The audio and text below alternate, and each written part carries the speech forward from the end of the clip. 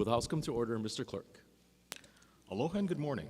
Today's invocation will be delivered by Representative Adrian K. Tam.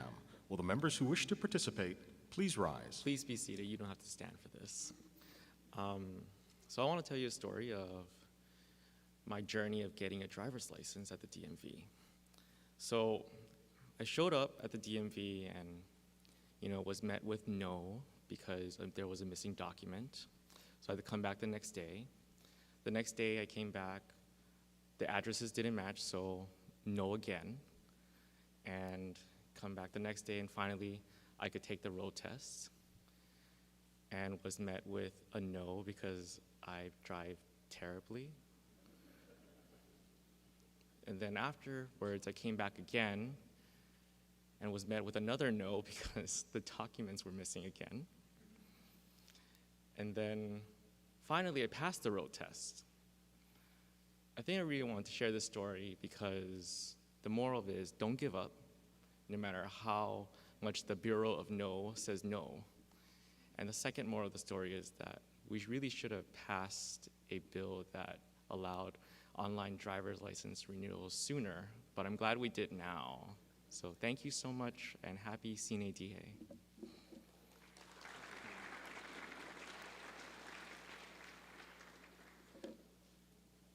Thank you, Representative Tam. Mr. Clerk, please call the roll. Mr. Ayu, Mr. Alcos, Ms. Amato, Ms. Bellotti, Mr. Chun, Ms. Cochran, Mr. Evslin, Mr. Ganadin, Mr. Garcia, Mr. Garrett, Mr. Gates, Mr. Hashem, Mr. Hashimoto, Mr. Holt, Ms. Hussey Burdick, Ms. Ichiyama, Mr. Iligan, Ms. Kahaloa, Ms. Capella, Mr. Kila, Ms. Kitagawa, Mr. Kobayashi, Mr. Kong, Ms. Lachika, Ms. Lamosao, Ms. Lowen, Excused. Ms. Martin, Ms. Martinez, Excused.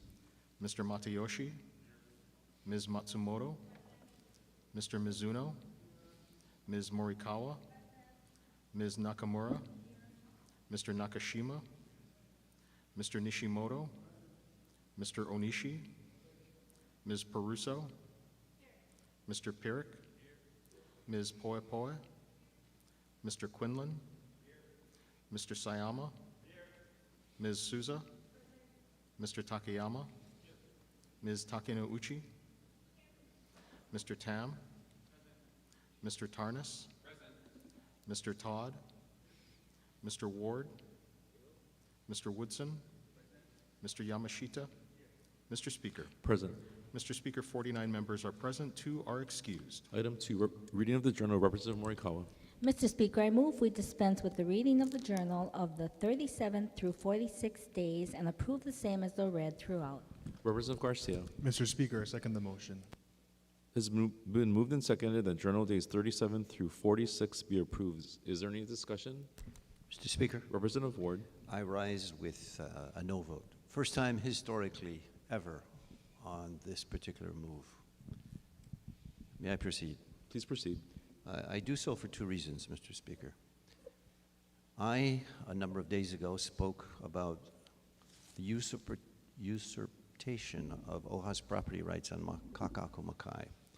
I was told by leadership, either reward you withdraw your speech or it will be expunged from the record. Mr. Speaker, this journal that we're saying should pass expunges that speech. Number 2, at a different time, in a different speech, in a different situation, but comparable to Hawaiian rights, I used the word cancel culture. That too, Mr. Speaker, was brought to the attention of the Speaker and it was stricken from the record. So for those 2 reasons, Mr. Speaker, I don't think it's worthwhile to say that these remarks are not worthy of going into the record of the 2023 session. Thank you. Is there further discussion on the motion? If not, we'll take a voice vote. All those in favor say aye. All opposed say no. The motion is carried. Item 3, Mr. Clerk, are there any messages from the Governor? Mr. Speaker, there are none. Item 4, Mr. Clerk, are there any Senate communications? Yes, Mr. Speaker, if you and the members will turn your attention to the addendum to today's order of the day. We are in receipt of a communication informing the House that the noted House and Senate bills passed final reading in the Senate. We are in further receipt of a communication informing the House that the Senate has overridden the governor's veto by a two-thirds vote of all members to Senate Bill number 921. All right, members, are there any introductions? Representative Kong. Thank you, Mr. Speaker. Okay, they're still here. I'd like to introduce two very good friends out of IIS. Keep laughing, but Davy and Lorna Strand. Please rise and welcome to the House of Representatives.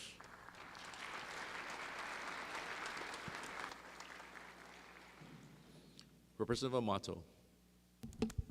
Thank you, Mr. Speaker.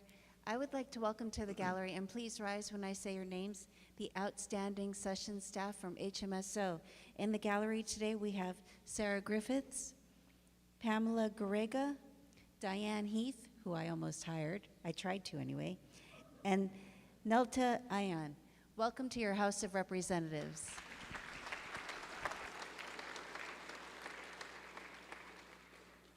Representative Prusso. Thank you, Mr. Speaker.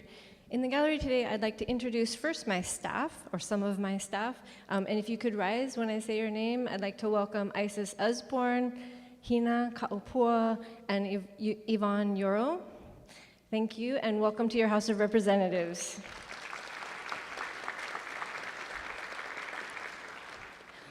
I'd also like to introduce my husband, John Mackey, who has done me the great favor of attending today's celebration of Sine. And if you could stand, there you go. Thank you. Representative Takayama. Mr. Speaker, I'd like to welcome to the gallery a member of my committee staff this past session, an outstanding and dedicated member, I might say, Keone Hurdle. Welcome to your capital, and he just left. Perfect timing. Thank you very much. Representative Nishimoto. Thank you, Mr. Speaker. Over the years, I've been very fortunate to be able to hire people that are substantially better than me. I know it's a low bar, but I have been able to find people that are much better than me. They work hard and they make me look good, and this year is no different. I want to introduce my staff, my session staffers, Kylie Tokujo and Sherry Tanaka, if you could please stand.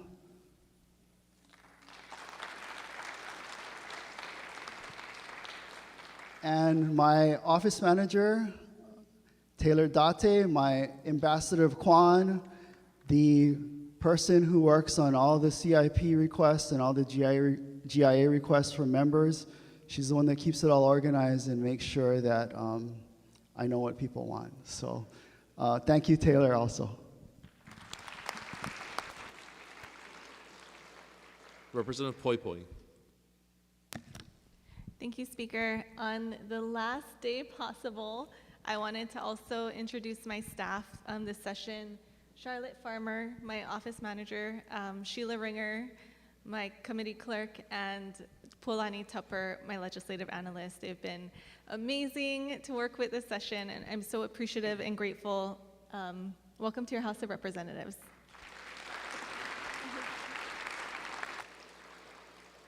Representative Capella. Thank you, Mr. Speaker. In the gallery today, we have two friends of public education. From HSTA Government Relations, Mitzi Higa. And our incredible teacher lobbyist, Laverne Moore. Thank you for your work, and welcome to your House of Representatives. Representative Perrick. Thank you, Mr. Speaker. In the gallery today, we have my office manager, Blake Boyd. Please rise to be recognized.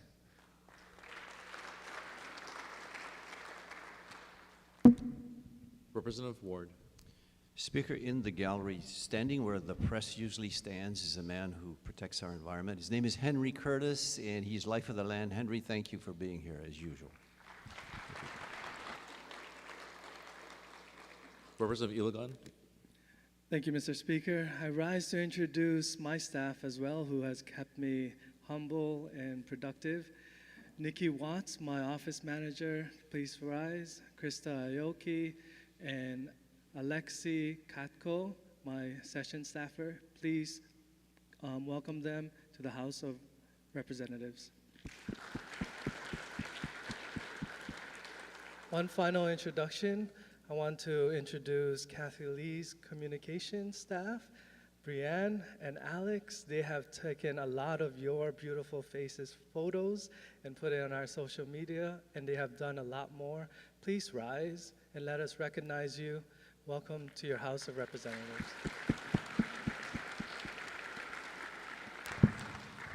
Representative Matsumoto. Thank you, Mr. Speaker. I'd also like to recognize some of the staff from our House Minority Research Office we have up in the gallery. We have Pete Klaproth and we have Kyle Mina. If you can rise and give them a round of applause. And I'd also like to recognize on the floor, we also have Tom Coons, we have Kyle Shiroma, and we also have our wonderful caucus managers. We have Sarah and John. Representative La Chica.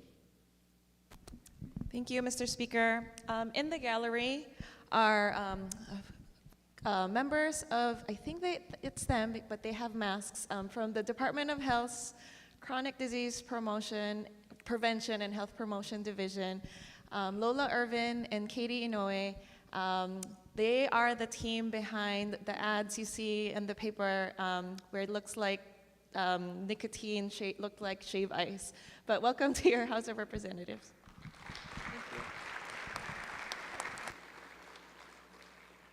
Representative Gandon.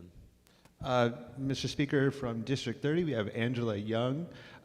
She has come to more committee hearings, I think, than anybody during this entire legislative session and exercised her First Amendment rights more than anybody I've ever seen in my entire life. So thank you so much.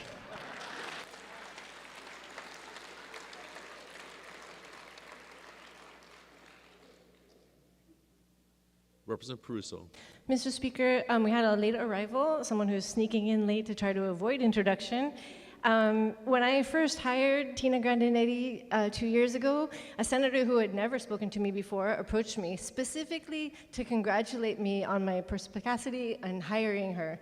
And I've been aware of that every day since. So, Tina, if you could please stand and be recognized, welcome to your House of Representatives.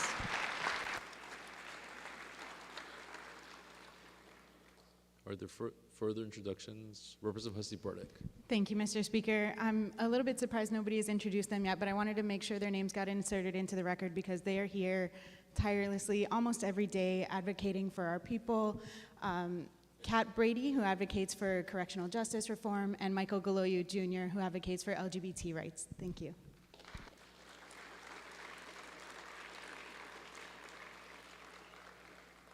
Are there additional introductions? If not, we'll take a Representative Peruso. Yeah, I'm sorry, Mr. Speaker, but I was waiting to introduce the director of CTAR, if she could please stand. And the reason I didn't introduce her is because I have such difficulty with her last name.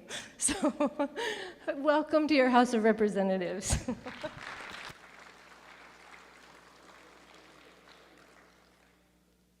right, members, we'll take a recess subject to the call of the chair. Recess.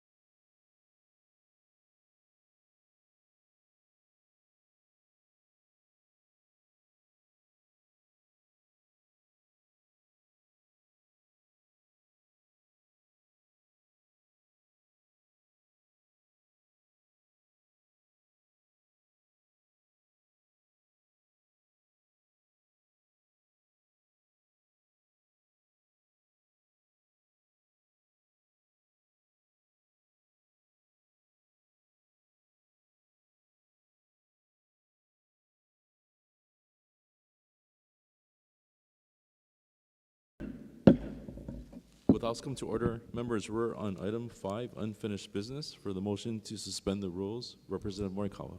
Mr. Speaker, I move to suspend the rules of the House in order to consider certain House and Senate bills for final reading by consent calendar. Representative Garcia. Mr. Speaker, I second the motion. Is there, all those in favor say aye. All opposed say no. The motion is carried. Representative Nakamura. Mr. Speaker, I move to adopt Conference Committee Report number 190 as listed on page 1, and that House Bill number 300 HD1 SD1 CD1 as amended pass final reading. Representative Morikawa. Mr. Speaker, I second the motion. Is there any discussion? Representative Yamashita. Thank you very much, Mr. Speaker. I rise in support of House Bill 300 CD1. Please proceed. Thank you. First of all, I'd like to thank a few people. First of all, our Vice Chair of Finance for all her hard work, her assistance, and her input through the process. Thank you so much for everything. I appreciate it. I really do. And then secondly, I'd like to thank, of course, our CIP chairman, who this year was his first year, and I know the amount of work that needs to go into it because I've done it myself. But he had a daunting task where this was a record year as far as the money that was put into the CIP budget. And he had to make tough choices, and I think he did a wonderful job of balancing it throughout the whole state, so I appreciate your work also. And Mr. Speaker, I'd like to also thank the members of the Finance Committee who did put in long hours throughout the process, and I really do thank you for your input and your support through the whole process. Mr. Speaker, I don't have their district numbers, but could I insert their names? So ordered. Okay, thank you. And then also I'd like to thank you, Mr. Speaker, and your leadership team, the Vice Speaker, the Majority Leader, and also the Majority Floor Leader for their input through the process. And the Majority Floor Leader did double duty. She also sat on the Finance Committee, so thank you very much. And then of course, we'd like to thank the finance staff. So, yeah, they're not in the audience today. So we'd like to thank, from research, we have our research chief, Randall Hioto, our research supervisor, Stacy Tagala, and then Francis Impino, Cindy Ng, and Razzle Dalofin. And in the budget office, I'd like to thank also the budget chief, John Kawamura, and assisting him was Becca Kim, Christine Ritten, Heath Williams, who is our CIP specialist, and then David Liao, Jamie Nakama, and Jamie Wong. And then also, in our front office, I'd like to thank my office manager, Lois Tambalo, and also in the front office there was Joy Nakashima, who pulled double duty and worked in the front as well as assisting in the research office. And then Marlene Li Ling and Nico San Morales, who helped us through logistics to help us get our work done through the process. All of them put in a lot of long hours, and I'd appreciate all of them. Some of them worked through the night sometimes and got very, very little sleep. And so I'd like to thank them publicly for all their hard work. And of course, last but not least, Nandana Kalapuhana, our committee clerk, who of course is the backbone of the Finance Committee with all his knowledge and all the years of servicing this House of Representatives as the committee clerk. So I'd like to thank him. And you know, there were days where he just worked straight through and took cat naps here and there. And when he could, he would go home and do whatever. So I'd like to thank him. Mr. Speaker, we have an aggressive yet cautious, optimistic approach to building this budget. Enormous federal money helped us all to survive the pandemic, has created unintended consequences for all the states. Government has a rare amount of money, a rare amount of resources. If strategically spent well, this can pay dividends for future legislatures. This budget focuses on healing and investing in our future.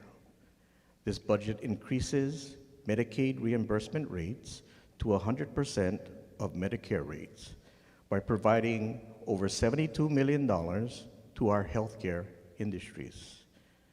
This is an increase to the base budget that will benefit lower income families with more access to healthcare. A 2019 report showed that Hawaii is 42nd among the states. Representative Nakashima. I yield my time. Thank you very much. Hawaii is 42nd among all the states in Medicaid reimbursements rates to doctors and other medical providers. This change will vault us into the top 5 states of this reimbursement. This budget also provides $100 billion to agencies for responsible healing of our natural resources by fixing our parks and beaches, rejuvenating our conservation and preservation lands, supporting our aquatic resources. Another base budget adjustment, the addition of $38.8 million to preschool open doors program that will allow it to expand public and private preschool early learning opportunities to 3-year-olds. In another bill, we provided $2 million to help 220 child care providers to get financial and technical assistance they need for accreditation to receive POD and other funding streams.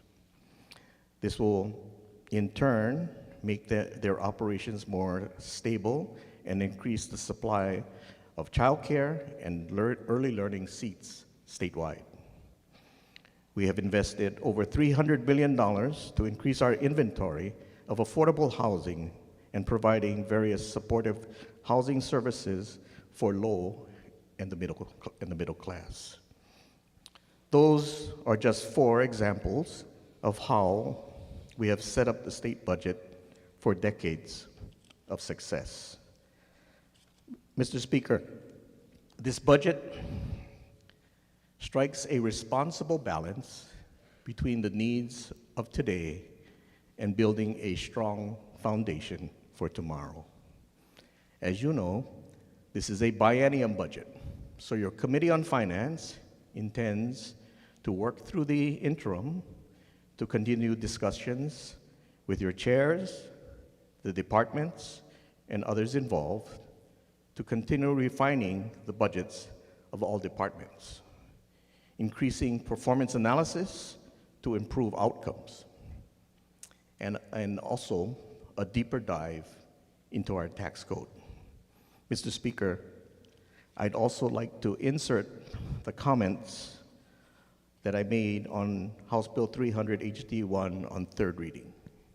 So ordered. Okay, thank you. And also I'd like to insert further comments into the journal, adding additional highlights and other examples of meeting the needs of building a strong foundation for tomorrow. Thank you. Is there further discussion, members?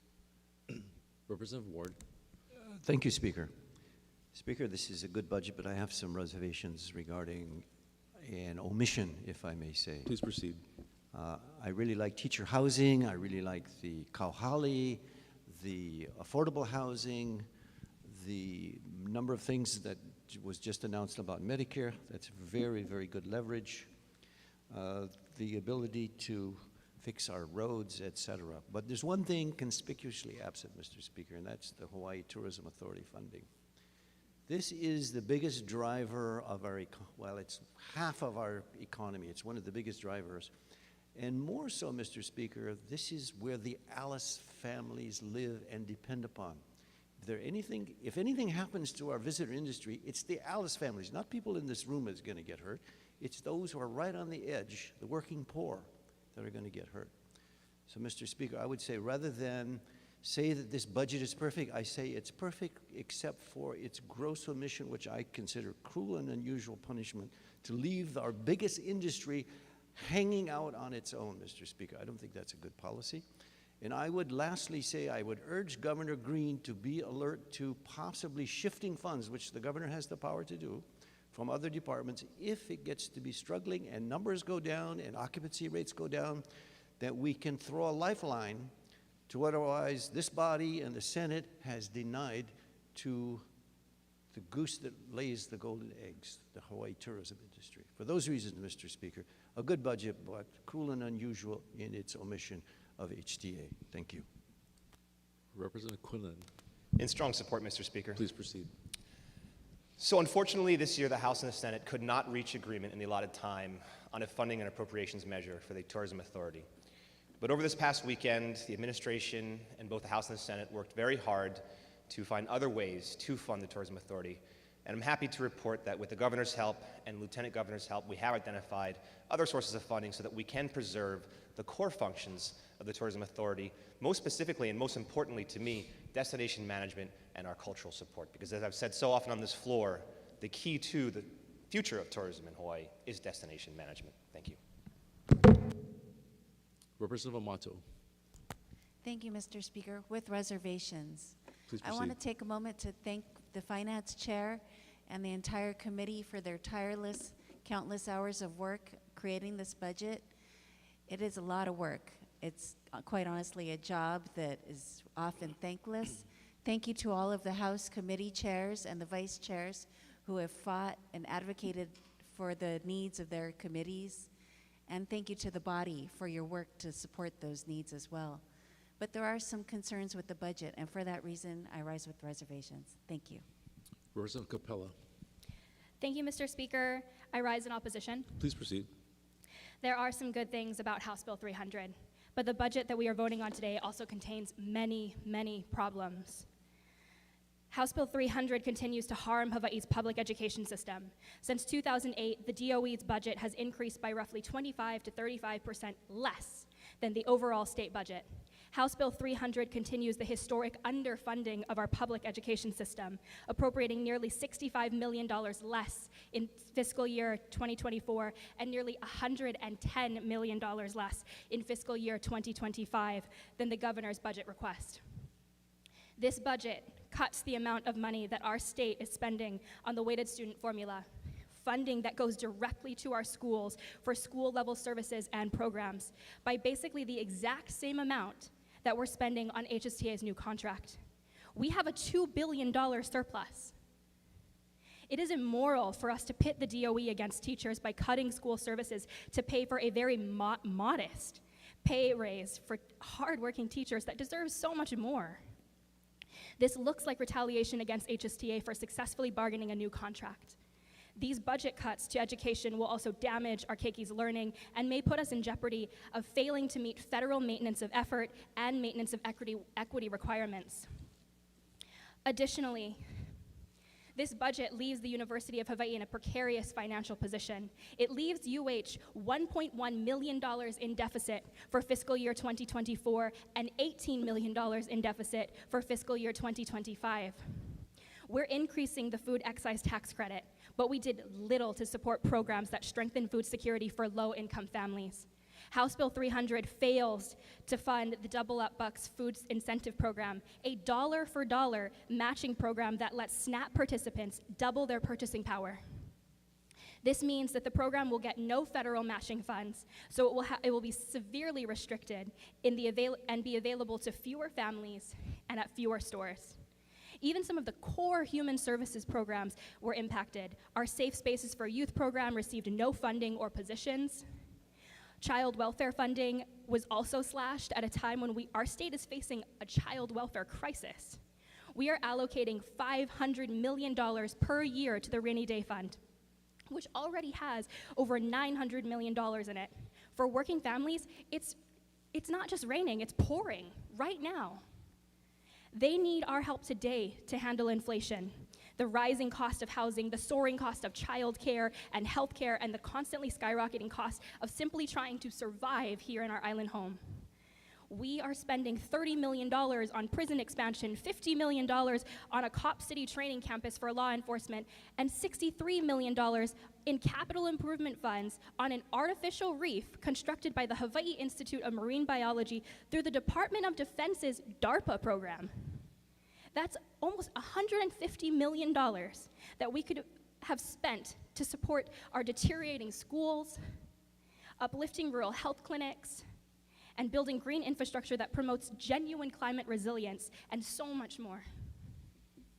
Being fiscally responsible means passing a budget that responds to the concerns of Hawaii's residents. This budget has a few bright spots, and I do celebrate those. But it is sorely lacking in aloha for our state. And for those reasons, I'm voting no. Members, can we take a short recess, please? A brief recess. Recess subject to call of the chair.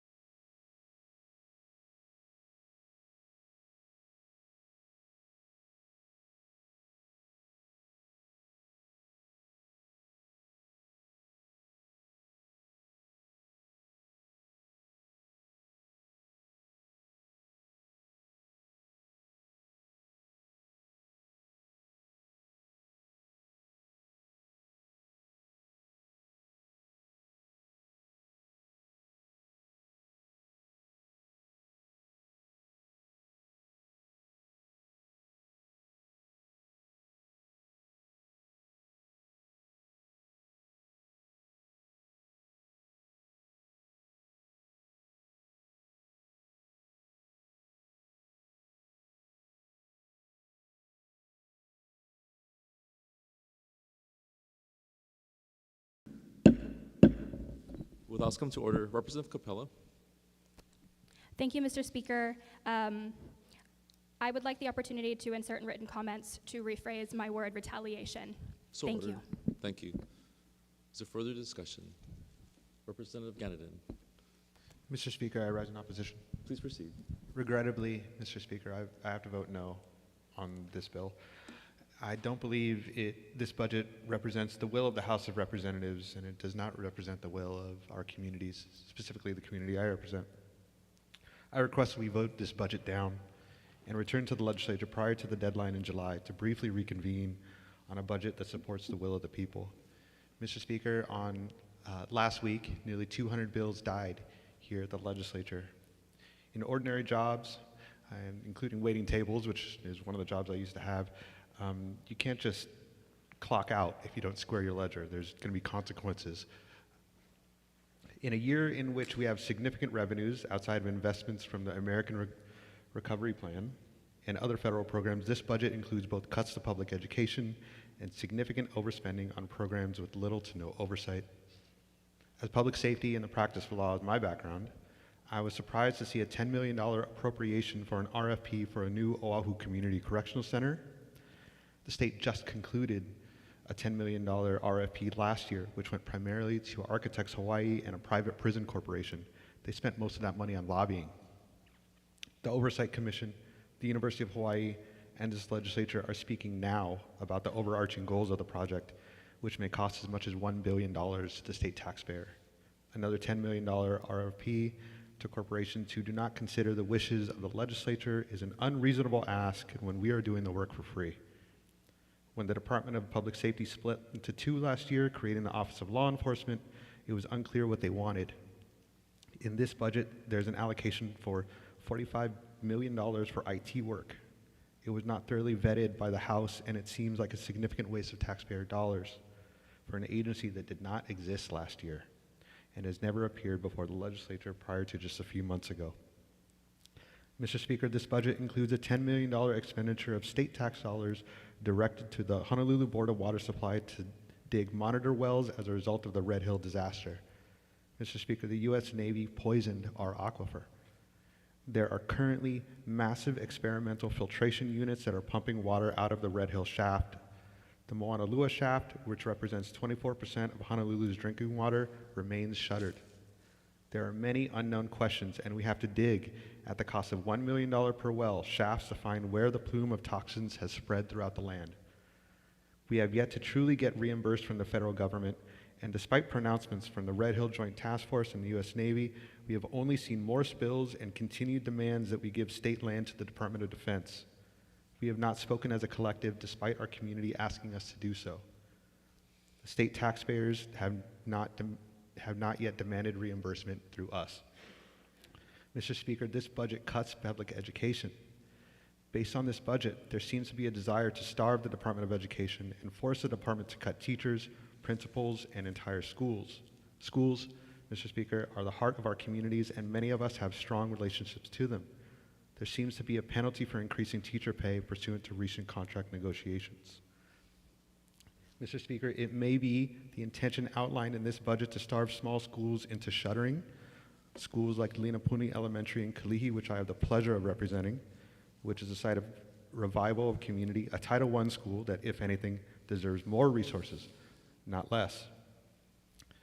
At the university level, there are millions that have been depleted from the University of Hawaii system, although strangely, several GIA projects have been funded in specific sites. I'll reserve comments for later if necessary. Thank you so much. Again, in opposition. Representative Hussey Bardick, Thank you, Mr. Speaker. I respectfully dissent. please proceed. A budget is a moral document. It's a reflection of what we as a society value enough to fully fund and what we don't. There are a lot of things in this document that I like: funding for homeless services, infrastructure improvements, and environmental management. But as much as I want to vote yes, I cannot support a budget that treats education as an afterthought while simultaneously exceeding the expenditure ceiling by $1.6 billion. I could understand overspending by that amount if every penny was essential for the health and well-being of our people and the environment, but I cannot support that level of overspending when it includes $64 million for rental car facility improvements. I certainly cannot support pouring another $120 million into the Agribusiness Development Corporation that has been proven to have done almost nothing to implement its statutory mandates over the last 30 years. And I'm disappointed that we chose to prioritize $33 million to improve the reflecting pool around the Capitol, which looks ugly but really does not have a statewide impact. And yet we couldn't manage to find any funding for the #1 most popular ethics reform measure this year, publicly funded elections. Mr. Speaker, my vote is also based on process. I think the fact that we're standing here today with perhaps an unprecedented number of legislators disappointed in the final version of the budget is indicative of a lack of transparency and input from the members. Some municipalities have a completely open process called participatory budgeting, where the taxpayers get to decide which line items to prioritize. Here we have an opaque, chaotic system where even the conferees didn't get to see the final draft of the budget before they voted on it, and very few people had meaningful input along the way. Let me be very clear that when I vote against this budget, I'm not voting to kill the appropriation or any of the bills that come after. I'm voting to empower the House to go back to the Senate with a message that we won't settle for less than what our constituents deserve.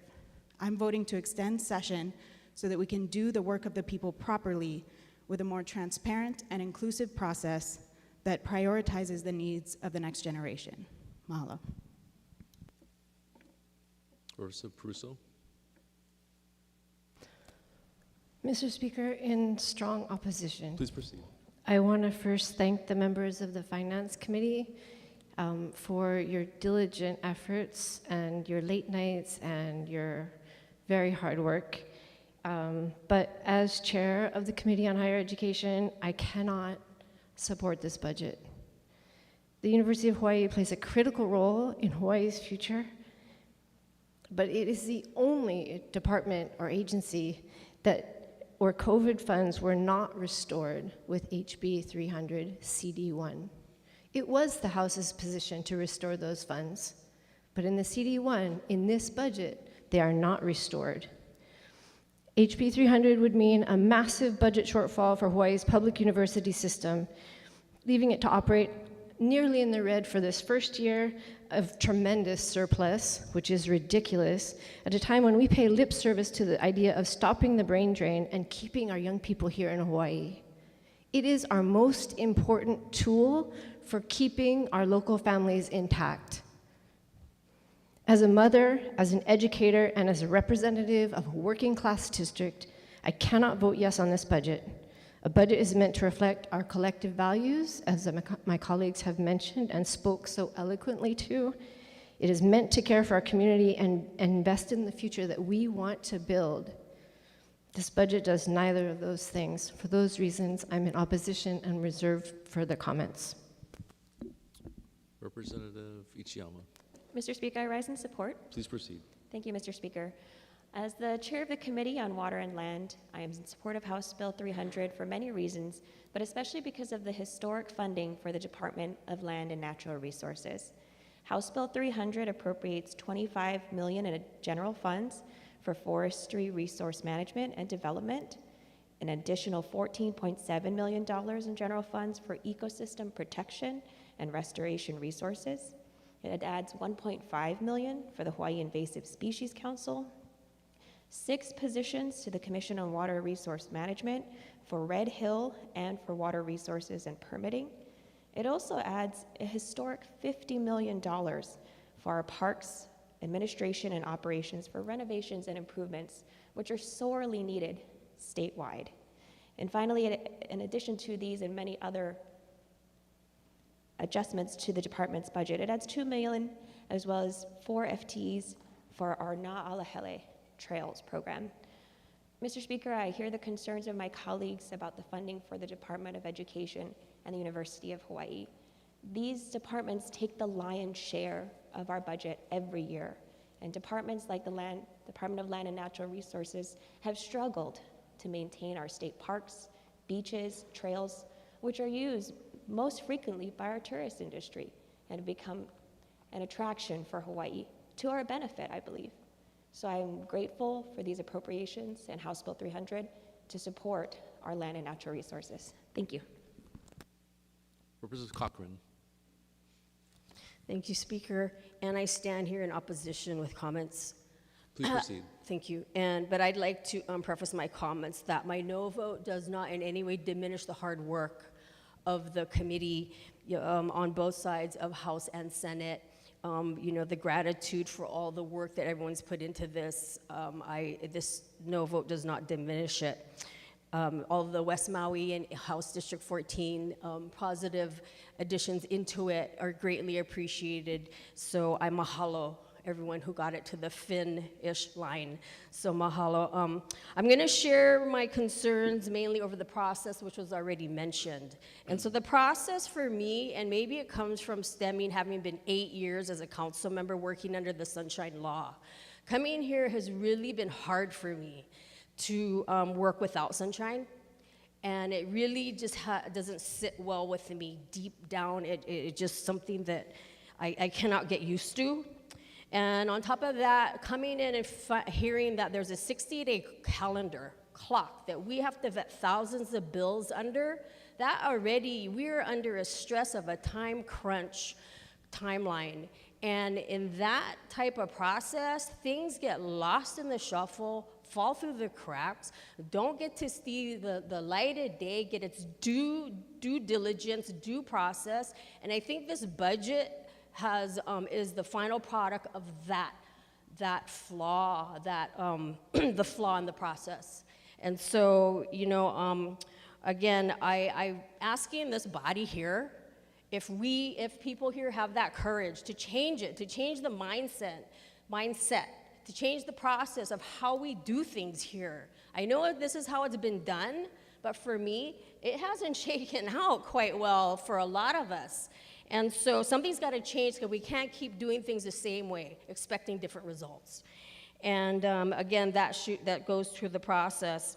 If we do that, we can bring back the faith, trust, and confidence of the people that got us here, that want us to represent them and their needs, their voice.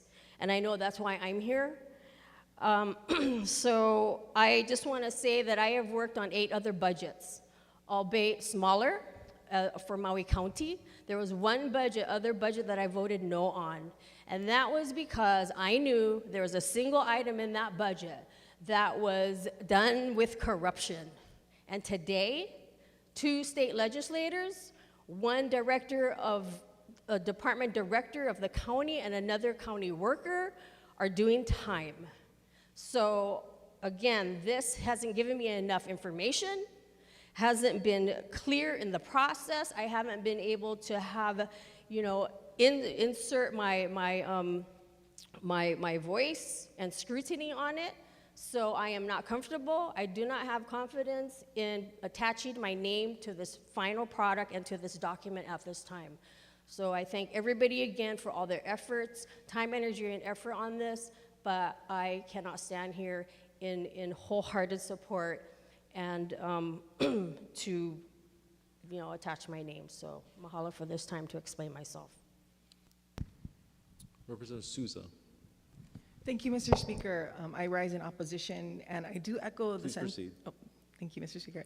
I do echo the sentiments of some of the previous speakers in opposition, and I also thank the Finance Chair and the members of the committee for their hard work on this budget. Just briefly, I feel that this budget does not prioritize the needs of the working class families and Keiki, especially as a representative for my district, District 43, Makakilo and Kapolei. I can't in good faith endorse this final budget. So it's a no vote for me. Thank you. Representative Takayama. Mr. Speaker, in support. Please proceed. Mr. Speaker, I'm supporting this budget, although it does not contain every item I wish it did, nor are all of the appropriation bills that follow containing the items I wish they did. In a few weeks, I'll have to be informing residents in Pearl City that their healthy aging classes were not funded by the state, so they'll have to pay for them themselves. But I'm going to tell them that we're going to try again next year to get funding for that program. We do appropriate in a bill in a few minutes that appropriates $1 million for Alzheimer's education program.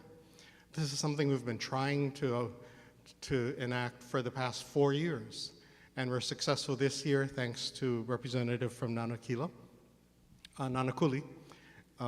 and the chair of the Finance Committee.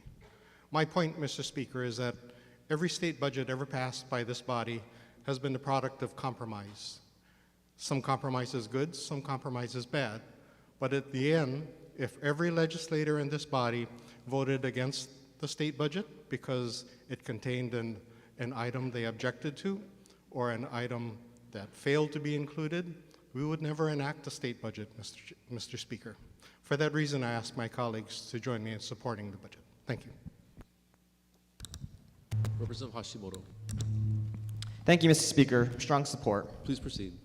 I think when we started out on this legislative session, we had many priorities. I think one of them was for affordable housing, one of the biggest crises that we're facing in our state. And I think this budget delivers for affordable housing and continues the housing pipeline.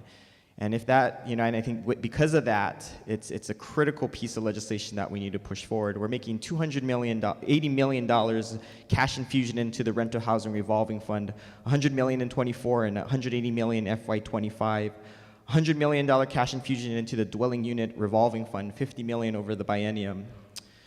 We also are doing 15 million for Ohana zones to take care of the most vulnerable population. In addition to another 5 million for permanent supportive housing, we're going to support those who are 30% area median income and below. We also put in 15 million for Kauhale projects this coming year and another 33 million in the biennium in the year after that. And so there's a tremendous amount of money for homeless housing throughout the biennium. We also invested over $200 million in infrastructure projects all throughout the state for various TOD projects in Kaka'ako, in Kalailoa. We're tasking HCDA and the University of Hawaii to continue to make sure that housing is delivered. It's never an easy task, it takes time, but we need to make these investments, and I think HB 300 has delivered on that.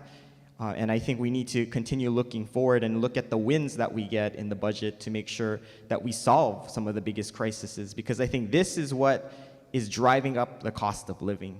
And I think we needed to really focus on housing, because if we can get housing costs under control, because housing costs is typically the biggest portion of what you spend in your budget every single month. So if we can bring that cost down, the cost of living in Hawaii will be that much more manageable. So with that, Speaker, I think this is a very important piece of legislation. I think we should all be supportive of the strides that we've taken in HB 300. Thank you.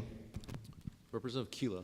Mr. Speaker, rising in strong support. Please proceed. Mr. Speaker, the accusations on this floor today that the budget is flawed may be true, but to accuse the members of this body by not operating in the sense of transparency and lack of communication is absolutely false.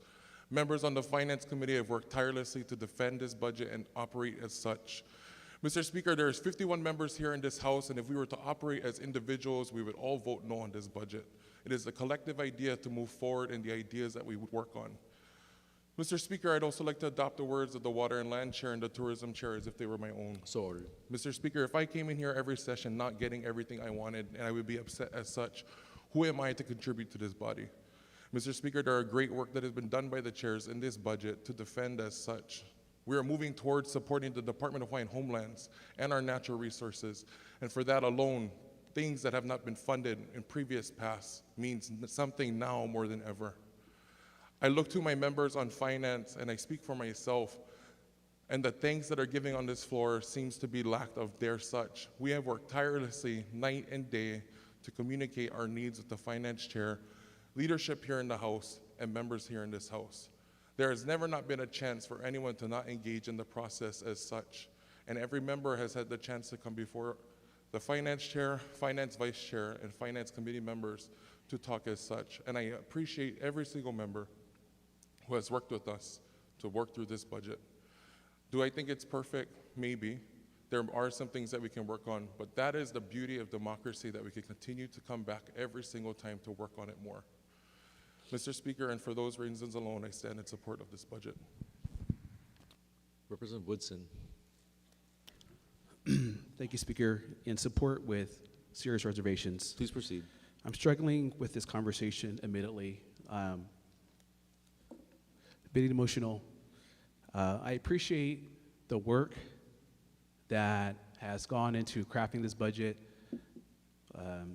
I know that there were some factors that made it very challenging this year, and it is no small feat to get us to where we are today. Having said that, Speaker, I have serious concerns with the reduction in funds for our Department of Education. We know when we look at the budget, there is $167 million less than what the governor requested in his operational budget. And it should be known that that budget submittal, which was executively approved, was similar from past governor's requests. And so that means that is a reduction for our Department of Education to the magnitude of over 5%.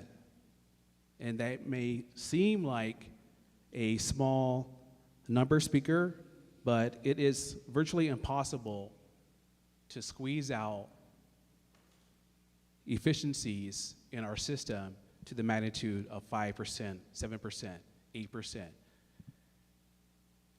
Even if you take out all the unnecessary administrative duties, you're not going to be able to cut 7%, 8%. So that means we have to cut people, Speaker. Now, some may argue that the DOE is bloated, that we overspend on our kids. But we can do a preliminary assessment for ourselves to ask ourselves that question. Are we overspending on our kids? You can look at it many different ways.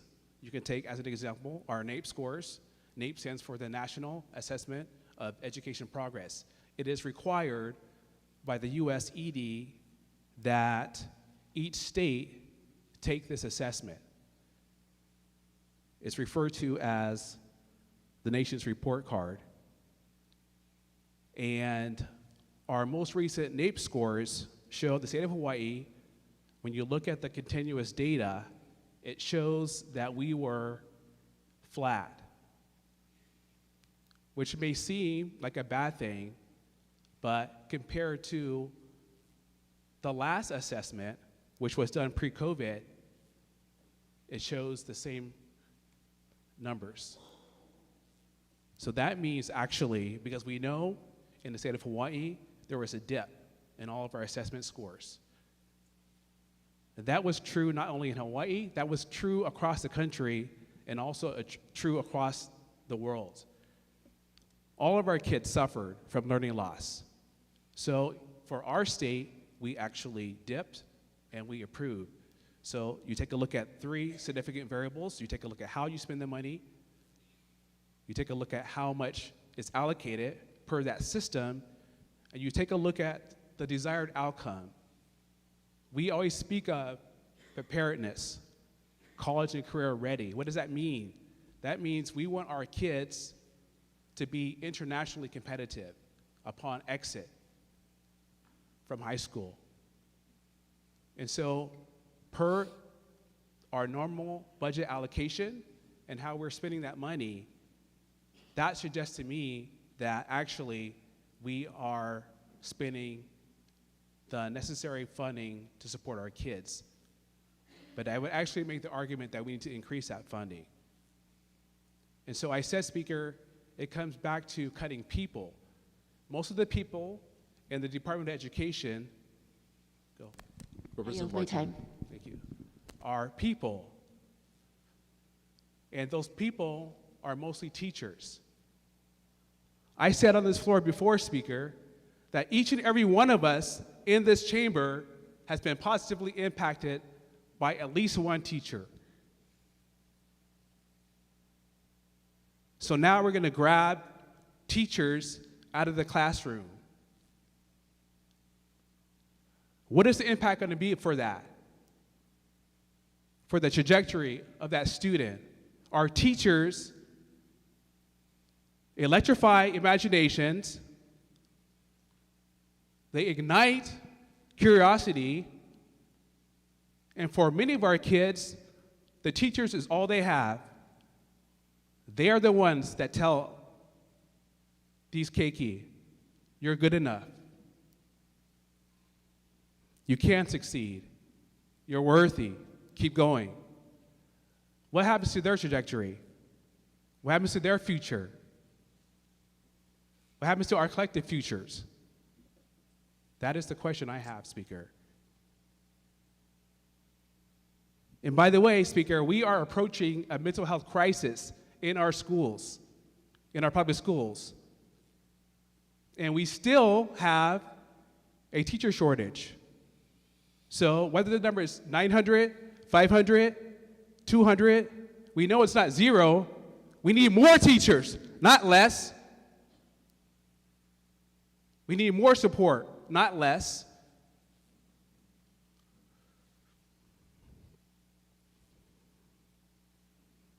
Having said all that, Speaker, I'm grateful for the wisdom of the Finance Chair. He did insert a proviso that will afford the governor and the BNF director to hopefully fill those gaps to make the department whole for at least fiscal year 24. I'm hopeful that he will do that. But for these reasons and other speaker, I stand in support, but with serious reservations, and I hope that we can fix it. Thank you. Representative Bellotti. Thank you, Mr. Speaker. I rise in opposition to House Bill 1, House Draft 1, Senate Draft 1, Conference Draft 1. Please proceed. Before I begin, Mr. Speaker, House may Bill I, 300, by the way, sorry. may I request to insert written comments? Please, so ordered. Thank you. It makes me physically sick to my stomach to stand up in opposition to this CD1 because I haven't voted no on a bill perhaps for over a decade. And as has been expressed by my chairs, this draft does indeed contain many things, many good things that I support. However, as it has been said, this CD1 fails both on substance and process. First, on substance, as it has been said time and time again in this chamber, in the hallways, and as we go back to our communities, the budget is the most important bill that we can vote on as legislators. This bill expresses our policies, our priorities, our very values as a community. When the dust settles, and we can all carefully examine this budget, and the all-important budget worksheets that will not come out for several weeks, I am very concerned, as some of my co-chairs and colleagues have said, that this budget does not adequately fund, and it actually seriously underfunds public schools and the University of Hawaii, arguably the two most important government services that we have here in the state of Hawaii. This underfunding of public education and higher education comes at a time when we have a budget surplus. And we are exceeding the budget expenditure ceiling by $1,063,767,367. I'm going to say this again. This expenditure ceiling is a constitutionally mandated spending cap that is calculated and based upon the personal income taxes that we are collecting from the hardworking residents of this state. And we are exceeding this cap by over $1 billion while underfunding public education and higher education in the time of a budget surplus. This is absurd. This begs the questions. What are we spending our taxpayers' money on, if not public education and higher education? Where is our taxpayer monies going? What is being funded and what is not being funded? These are the important, critical questions we should ask. These are the substantive questions that will be answered in the days that come. Second, this CD1 fails on process and is based on a practice far worse than even the gut and replace practice that has been determined to be unconstitutional. Section 5 of CD1 is the linchpin of this bill that creates a $200 million slush fund for the governor to move $200 million in general funds from budget and finance to, quote, other state agencies for government operations. Now, we may hear after the fact that this is based on custom and practice as well as being something that we have done in the past, but members, Mr. Speaker, I have scoured HD1. I have scoured SD1. I listened carefully to the deliberations of the conference committee that decided upon this budget. I read thoroughly the press release that announced what was in CD1, and I could not find this language there. It is widely known that this budget proviso was negotiated after the fact of the voting on this measure. Now, this budget proviso may in fact save and provide the opportunity for us to make whole those important departments like the Department of Education and the University of Hawaii.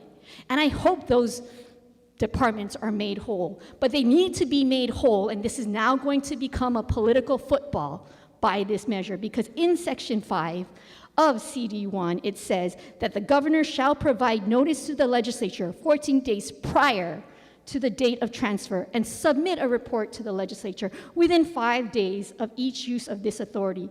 Provided further that the report shall include the date of transfer, the amount of the transfer, the program ID from which funds were transferred, the program ID to which funds were transferred, the impact to the program ID funds are transferred from, and a detailed explanation of the public purposes served by the transfer of resources. When this budget's passed, which I expect that it will, this is now going to become a political football in all of our communities, and I will be the first one to stand up and say, we need to make sure that the Department of Education and the University of Hawaii is not underfunded. Representative Belatti, you're out of time. I yield my time. Representative Kobayat, thank you. Thank you, and I will wrap up. It's for these reasons, Speaker. I know that there are good things in this budget, but based on substance and process, I vote no. Thank you. Representative Tam. Thank you, Mr. Speaker. I rise with reservations. Please proceed. I would just like to have the comments from the representative from Kihei inserted into the journal as if they're my own. So ordered. And I want to just make mention that, there are things in this budget that are good and that represent our values, but it's very difficult to give a full pledge approval when I believe that this budget also goes against some of the things that we should be against.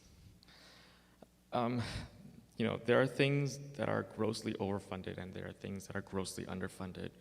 And that is why today I cannot give my full support for this budget. Thank you. Is there further discussion? Representative Ward. Speaker, second time. Please in proceed. Support with a very brief comment. First, I want to thank the gentleman from the North Shore who assured me that the governor will be considering funding HTA, throwing a lifeline if they run short or the lights go out.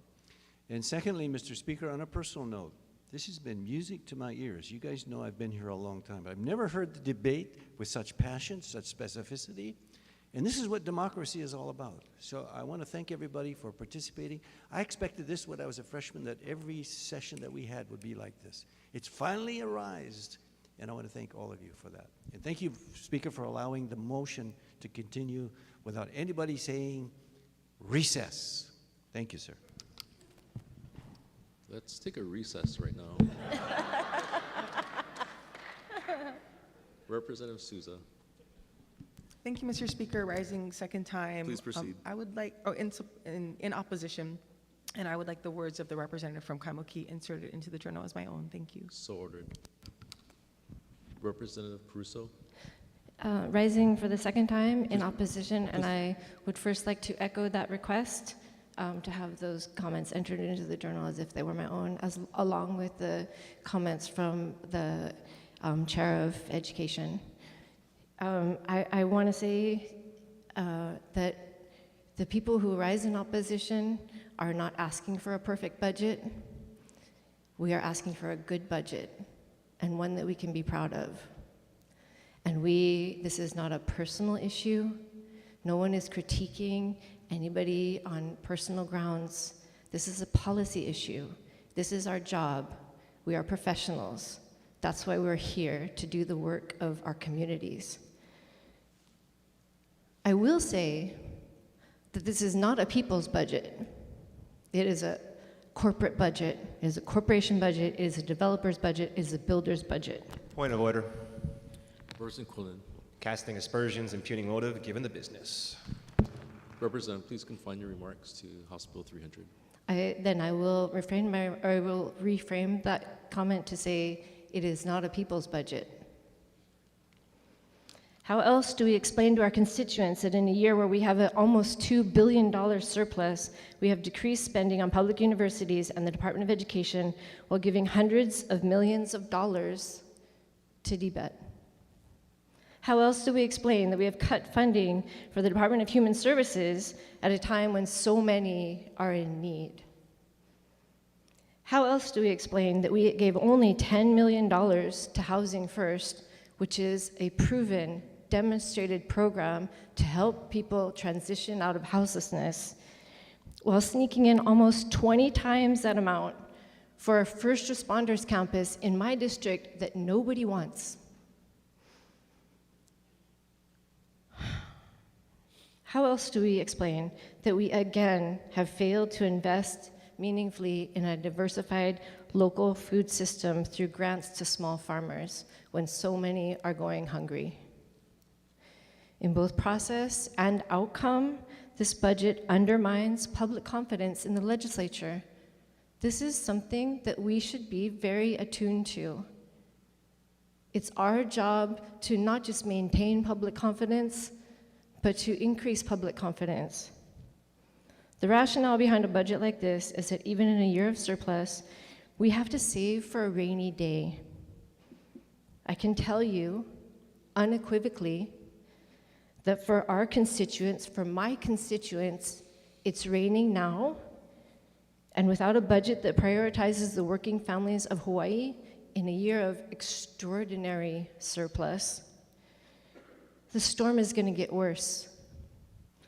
This is not work that I feel that I can be proud of. And although we all want session to be over, we should not leave until we do our jobs right. Representative Nakamura. Thank you, Mr. Speaker. In support of the HB 300. Please proceed. There are many concerns being raised on this floor today, and I'd like to say there are many questions being asked. What are we spending our funding on? Is it addressing the people's budget and the people's needs? I would like to say yes, it does. This budget sets $700 million over the next 5 years to help working families, Alice families in Hawaii. It doubles the earned income tax credit. It doubles the food excise tax credit. And it almost quadruples the child and dependent tax credit. This is all going to benefit working families in Hawaii. The concern that we're not addressing education in this budget, yes, there are some areas that may be underfunded, but this budget shows $800 million that will benefit the students throughout the state of Hawaii. By increasing the HSTA contract, starting teachers will now get $50,000 as opposed to $38,000 to survive in Hawaii. And with a shortage of up to 1,000 teachers, this is going to make a huge difference. And this is ultimately going to benefit our students. That's $600 million alone. What this budget also does that is so unique for the very first time since I've been here is that it sets aside $170 million for teacher housing that incorporates preschools for our 3- and 4-year-olds. $170 million spread across our state to help our teachers to be there near the campuses where they live, to have the kinds of preschool services that they need for their kids. And it creates an incredible opportunity to provide additional support for our teachers so that they can be in the classroom and teach our kids. And this budget includes $38 million for the preschool open door program that will benefit 3-year-olds. It currently benefits 4-year-olds.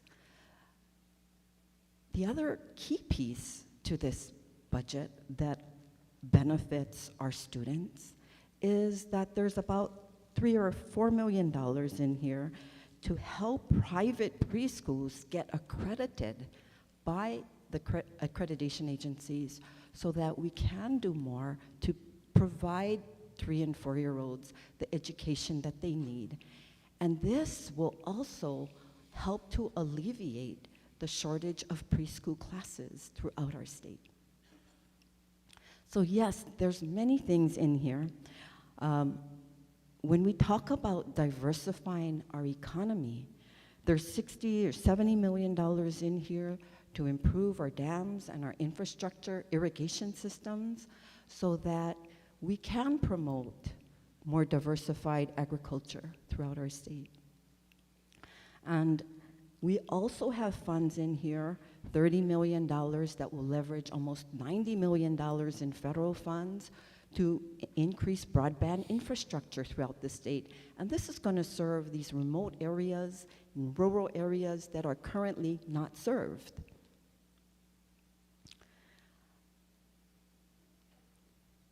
Housing Chair Hashimoto went through the laundry list of housing programs that will serve low-income, moderate, and our working families, that many of them are first-time, are exciting to me as a former housing chair, but that adds up to over $600 million. Mr. Speaker, Representative Gates. I yield my time.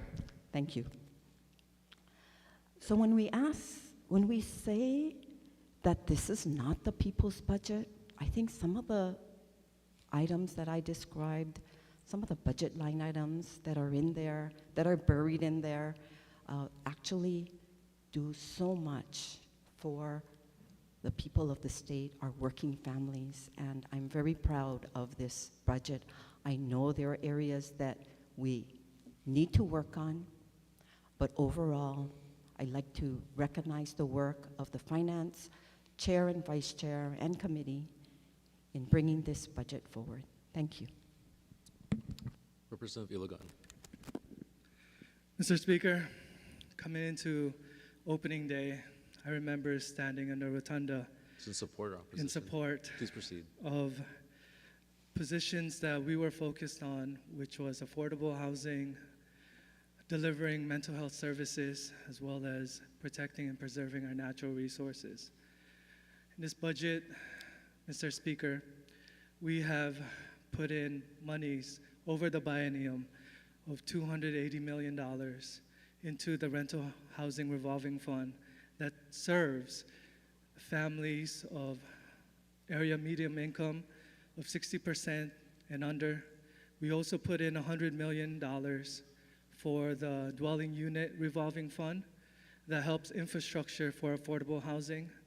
And in delivering mental health services, we put in $3.5 million per year for the child and adolescents mobile crisis outreach program that's piloted here on Oahu as Point of well. order. Please state your point. Just a clarification, that's going to be in a bill. Please proceed.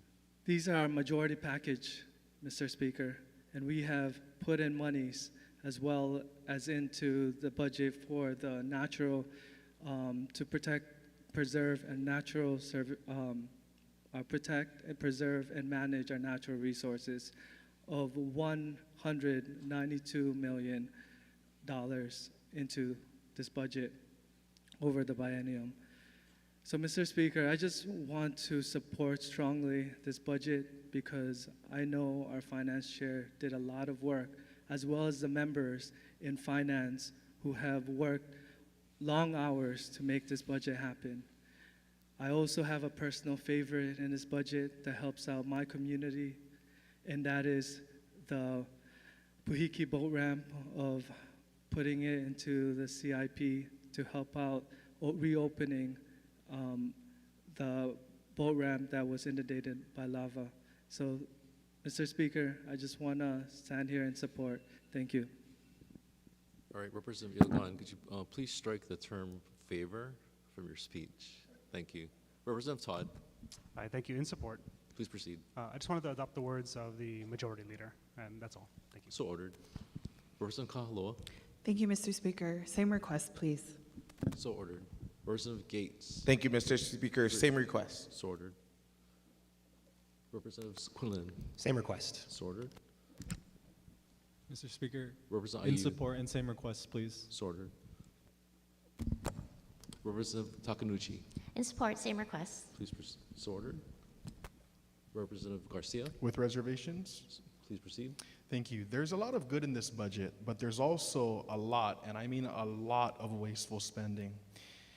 This budget was alluded to as the people's budget. Some think it's not. I think this budget fits some people, but not all people. Once again, like was mentioned, there's a $2.6 billion surplus, yet here we are exceeding our own spending limits outlined in our own Constitution. And I hear from some members, Mr. Speaker, across the aisle that what we need is more spending, that this doesn't go far enough, and that is what's needed to cure inflation. However, we are in this mess of inflation because of government overspending. And so once again, there's lots of good in this budget, but a lot of wasteful spending. So for those reasons, with reservations. Representative Alcos, Mr. Speaker, in support. please proceed. I'd like to adopt the words of District 34, 10, 44, 9, and 4. So ordered. I want to adopt the words, and I want to say that, it's a hard decision for a finance chair. I had the privilege of sitting on finance chair, and I haven't come against any bills at that time to stop the finance or say no to. I haven't written a letter to my community or to the unions or to come against these finance chairs or the finance bills that come in. Neither did I even do it in labor, nor in CIA. We passed these bills on the floor or in our committees. And now we're here standing to go against what the bills are the bills, how the money went out. But as a football player, as a football coach, some of the coaches would have to call a play to win the game, and that coach want to win that game. But we may not agree with the play that the coach calls out there, and that final destination might be a lose, might be a win, but we don't give up on our team. As sitting down as a team player with our committee, with our caucus, if I want to make a difference, if I want to make a change, I would try to find a way to get involved more, to next time write that letter, to next time step up and get people involved, and to say a big word. So, Mr. Speaker, I support this bill, and if I want to make a difference, I need to step up more. Thank you. Representative Mizuno, Thank you, Mr. Speaker. In support. please proceed. I certainly hear the concerns of our members. My concern was the $500 million going to the rainy day fund. Perhaps could have been used to shore up some of the needs in some of our other programs. But with that said, at the end of the day, I support this bill. And I'll tell you why. It was a huge win for early education. About $38 million going to educate 3-year-olds. Preschool Open Doors program, we're expanding that. We already cover 4-year-olds. It's a win for education. When our kids go to kindergarten, they're ready to go. By 3rd grade, if they're up to par with their reading level, they're going to do well. If not, statistics are daunting. But it's a win for education, and it's a win for the economy. People will ask, this is early education. How is it a win for the economy? Well, many of these kids, 3- and 4-year-olds, are in the lower income bracket, and they may be a single-parent household. They may have both parents. But with this bill and with this funding, these single-parent households or dual-parent households can work full-time, because now their 3- and 4-year-olds will be going to an early preschool open doors program, getting their education while mom and dad work, eventually getting off public assistance and paying their taxes. This is good for the economy. I also wanted to say, win for early education, it's also a win for healthcare. I'll explain why. I think the Chair of Finance did quite well. $30 million in state general funds, which will draw down $42.8 million in federal Medicaid funds. Why is that important? It's reimbursement to our doctors, to our nurses, to our healthcare professionals. Why? Hawaii's got nearly an 800 doctor shortage. We've got a professional healthcare shortage in our state. There's an exodus of doctors going to the mainland because they are not reimbursed enough. This will stop that. We're going to keep our docs and nurses here with this bill, which will make Medicaid reimbursement, which was originally 60% of Medicare, now equal 100% of Medicare. Now, I know Medicare is not the highest reimbursement rate, but it's significantly higher than Medicaid, and before they were only getting 60% reimbursed of Medicare. This draws it up to 100% of Medicare.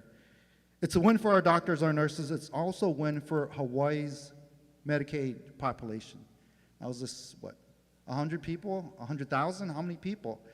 464,000 Hawaii residents are on Medicaid. Why is this a win for them? Access to health care. Docs are not taking Medicaid clients, reimbursement too low. This is a game changer because now it allows access to health care for our 464,000 people in the state of Hawaii on Medicaid. So at the end of the day, it's a win. Is it a perfect budget? No. Can we do better? Absolutely. Are we focused on better transparency next year? 100% yes, I agree. But at the end of the day, we did get some wins.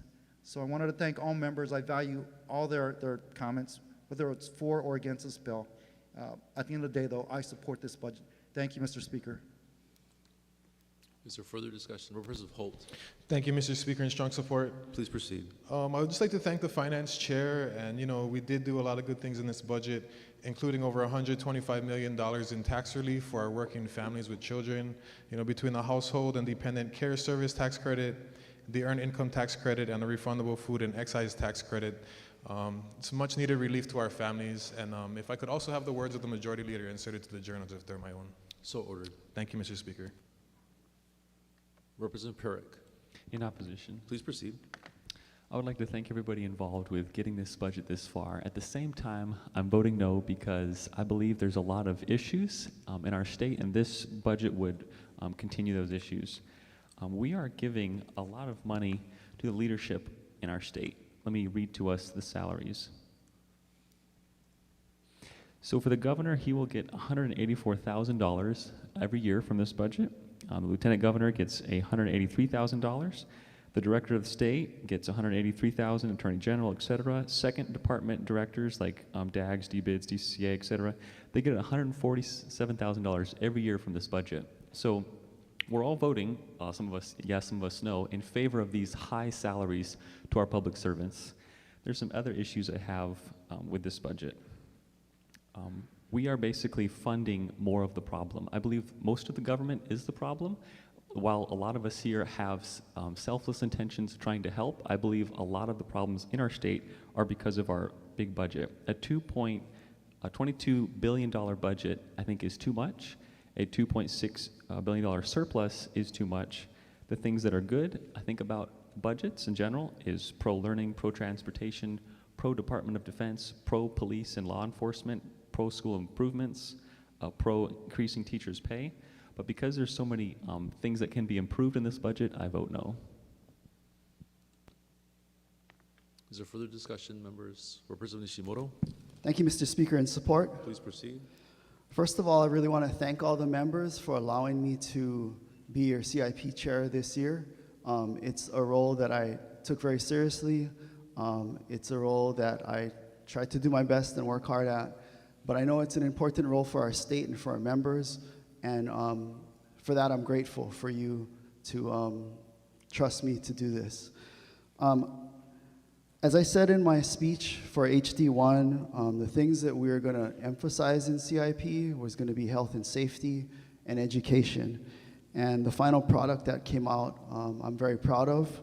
We spent $175 million on state hospitals statewide, and we put $878 million in public schools and libraries for CIP statewide, and another almost $400 million for public colleges statewide.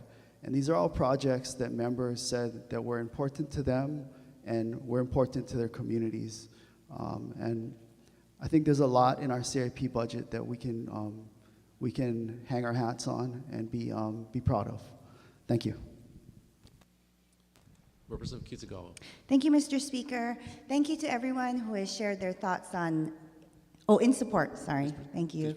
Thank you to everyone who has shared their thoughts on today's budget and For me, I had the privilege and opportunity, thanks to all of you, to work on grants and aid, which is included in today's budget. And through grants and aid, we were able to provide $20 million in capital improvement projects, as well as $20 million in operating costs to support our nonprofits across the state who do excellent work to serve numerous communities and all of our communities as well. Just some highlights of things that we did in the grants and aid. We supported programs and organizations that support agriculture and to grow and develop our agriculture industry, including farmers. We supported programs that support keiki and education, increasing after-school programming, increasing literacy opportunities. We supported programs that support families. We put a lot of money into diaper banks, into programs that are going to strengthen families, parents, and parental education. We supported programs that support victims of domestic violence and sexual abuse. We provided funding for programs that address homelessness and support individuals who are going through homelessness, whether it's youth or whether it's just programming like IHS, health and HHRC, health, harm, and human, I can't remember the exact word now, but Project Vision, all of these different programs that support homelessness. We supported programs that increase food security through food hubs, through the food bank. We supported healthcare, hospitals. We supported mental health initiatives. So this budget provides $40 million to all of these organizations that work tirelessly every day in our community to provide this support. So I am in strong support of today's budget. Thank you very much. Is there further discussion, members? Okay, if not, we'll be taking the vote. Representative Morikawa. Thank you, Mr. Speaker. On the measure before us, all majority members vote aye with the exception of the following. We're on Rep. Bellotti, Rep. Cochran, Rep. Ganaden, Rep. Hussey Burdick, Rep. Capella, and Rep. Peruso.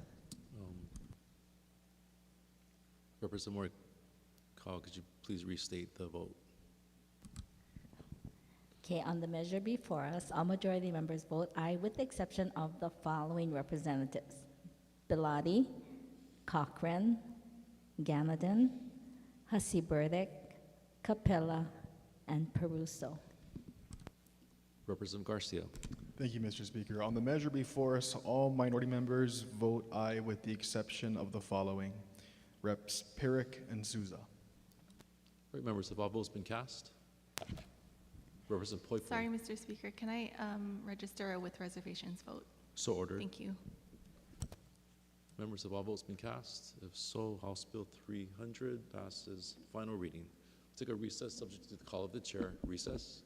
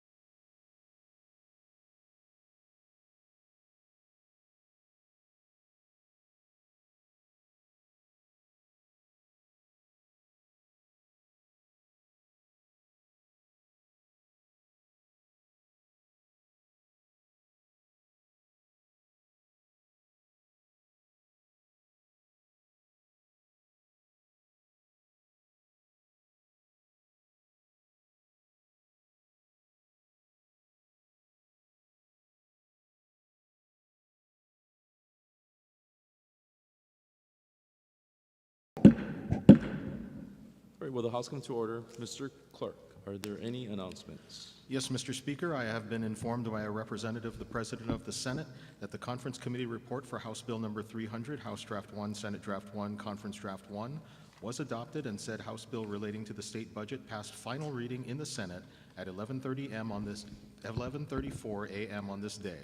In addition, I have been informed by the Assistant Clerk of the House that at 12:16 p.m. on this day, House Bill number 300, House Draft 1, Senate Draft 1, Conference Draft 1, was duly transmitted by the legislature to the governor pursuant to Article 7, Section 9 of the Hawaii State Constitution. Thank you very much. All right, members, we're on page 2. Representative Nakamura. Mr. Speaker, I move to adopt the conference committee reports listed on pages 2 through 10, and that the House and Senate bills listed on pages 2 through 10, as amended, pass final reading. Representative Morikawa. Mr. Speaker, I second the motion. All right, members, we'll begin on page 2 with HB number 933. Is there any discussion? HB number 1366. Representative Mizuno. Thank you, Mr. Speaker. Rise in support. Please proceed. Thank you, Mr. Speaker. There are no throwaway people in our society. I also wanted to say that homelessness is complex, but we have another tool to address this issue. Quick background on why I support this bill. Why do we have homeless? It's a rhetorical question, of course. A number of our people suffer from a mental condition, an addiction, and some suffer from both. It's termed duly diagnosed. We have veterans who place their lives in harm's way to protect our freedoms and return to us with post-traumatic stress disorder. Others have employment but are just not able to maintain a home or rental unit due to the high cost of living in our state. Some of our homeless are domestic violence victims, and others were forced into sex or labor trafficking. And finally, some people choose to be homeless, which is their choice. It's not against the law. Policies to address homeless, we've got a few. The Housing First program helps chronically homeless. These are the ones with generally a drug addiction and a mental condition duly diagnosed. These are the hardest to provide shelter for. We've passed Ohana zones. I remember 15 years ago, this was a laughable concept. And I'm not here to pick on any party or any governor, but back then, I remember working with Governor Lingo's administration, and when we brought up Ohana zones, they thought this was a joke. And yet today, when we look at our state budget, we place $15 million for fiscal year 2024, 2023, 2024 to provide homeless individuals with a secure zone with housing, meals, hygienic centers, and wraparound social services. We've got Kauhale projects. These are housing villages for the homeless, adding $15 million for fiscal years 2023, 2024, and another $33 million for fiscal years 24, 25. That's $63 million for homeless projects, counting Ohana zones. And you heard the chair of housing, they've done a great job. The current chair and the past chair, they've worked to pass and increase measures for increase in affordable housing units and rental housing units.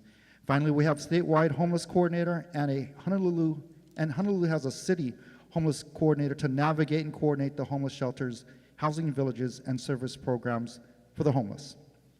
And today, Mr. Speaker, the legislature will have the opportunity to make Hawaii the first state in the nation to have a successful, state-supported return to home program.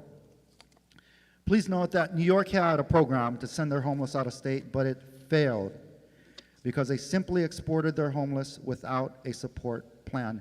New York's program failed to ensure that these homeless individuals or families, that these homeless individuals would be received by families on the mainland, a strong support system to help them navigate and get back on their feet.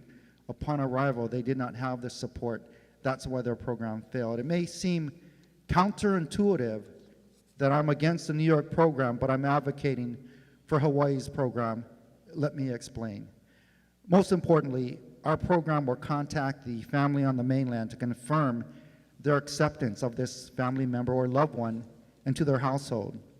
The program will not send a homeless person to any state where they will continue to be homeless. The individual's participation is completely voluntary, and an individual shall participate in the Return to Home program only once and shall sign an agreement to this effect, the Department of Human Services, to keep such records. The program shall assist participants with the necessary preparation for travel, proper ID, accessing transportation to the airport, preparations relating to airport security, and ensuring personal hygiene. Rhetorical question number 2, how do we know this program is going to be a success? Well, looking at testimony on this measure, dated March 15, 2023, by former Honolulu Mayor Mufi Hanneman and the president of the Hawaii Lodging and Tourism Association. Representative Ganadin. May I yield my time, Mr. Speaker? Thank you. Thank you, Representative. Mufi Hanneman provided his testimony in relevant part. Again, I quote, "It was reported that nearly 800 people participated and just 2% have returned to Hawaii. We believe a major reason for the high level of success of our program was that it required the individual to be met at their destination by a family member or a loved one." He's talking about the Return to Home program that they initiated. Testimony on the bill, also dated March 15, 2023, by Connie Mitchell, the Executive Director of the Institute of Human Services, probably our top expert on homelessness in the state, provides in relevant part, again, I quote Connie Mitchell, "The program has by all accounts been a success, and at its peak, pre-COVID, was successful in relocating over 100 people each year. In the past 8 years, we have helped relocate over 600 people from Oahu, primarily to the mainland U.S. and neighbor islands." Mitchell goes on to say that the cost to our community to support a homeless individual is estimated on the low end at $35,000. I want to reconcile the difference between Mufi Hanneman saying that they reported that nearly 800 people participated and Connie Mitchell had reported 600. Please note, Connie Mitchell is talking about relocated over 600 people from Oahu. Mufi Hanneman worked on the neighbor islands, so they had an additional 200. That's a difference. Mr. Speaker, if this program returns just 3 homeless to their family on the mainland, it will exceed the entire funding for this program, which is $100,000. The state homeless coordinator, James Koshiba, probably one of the top experts, if not behind Connie Mitchell, probably the second top expert in the state on homelessness, in the Star Advertiser article dated May 2nd, 2023, provided the statement on the Return to Home program, saying, and I quote, "This is a valuable resource. I'm glad the legislature saw fit to put resources into it." Mr. Speaker, I was honored to discuss this program with James Koshiba during conference, and he confirmed that he would be willing to assist this program, and that's why we put him in the bill to help with the implementation of this program. Now, the Return to Home program will work not only because our top 2 experts on homelessness, Connie Mitchell and James Koshiba, support this bill, but for these 3 reasons. It's going to reunite the homeless individual with their family. This is a strong support system which will help them heal, rehabilitate, get them back on their feet, and in time, hopefully become self-sufficient again. Also, the program saves Hawaii's taxpayers a significant amount of money. Finally, the program will protect the finite resources we have for our local homeless. Finally, Mr. Speaker, I am not under any illusion that Hawaii's Return to Home program will end homelessness, as this program is no silver bullet to our homeless situation, but it will be an important part of our state's strategic plan to have a coordinated effort to systematically reduce homelessness. For all of the foregoing reasons, I ask members to vote up on this bill. Thank you, Mr. Speaker. Representative Ward. Thank you, Mr. Speaker. Strong support. Please proceed. Mr. Speaker, by way of cost and compassion, this is probably one of the best bills we are passing this session. I'd also like the former speaker, the author, I'd like to thank him for what he's done, and to know that this is not a fly-by-night that we're suddenly doing this. During the Abercrombie administration, we had a similar bill. It was a pilot. but with, again, the author who just spoke as the progenitor of this, the Abercrombie administration, the director of health, did not believe that this was something they should do, so they never spent it. So this is the real deal. We're finally putting the money in and making this happen, reuniting families with families. That is compassion, and the cost of it is very, very minimal.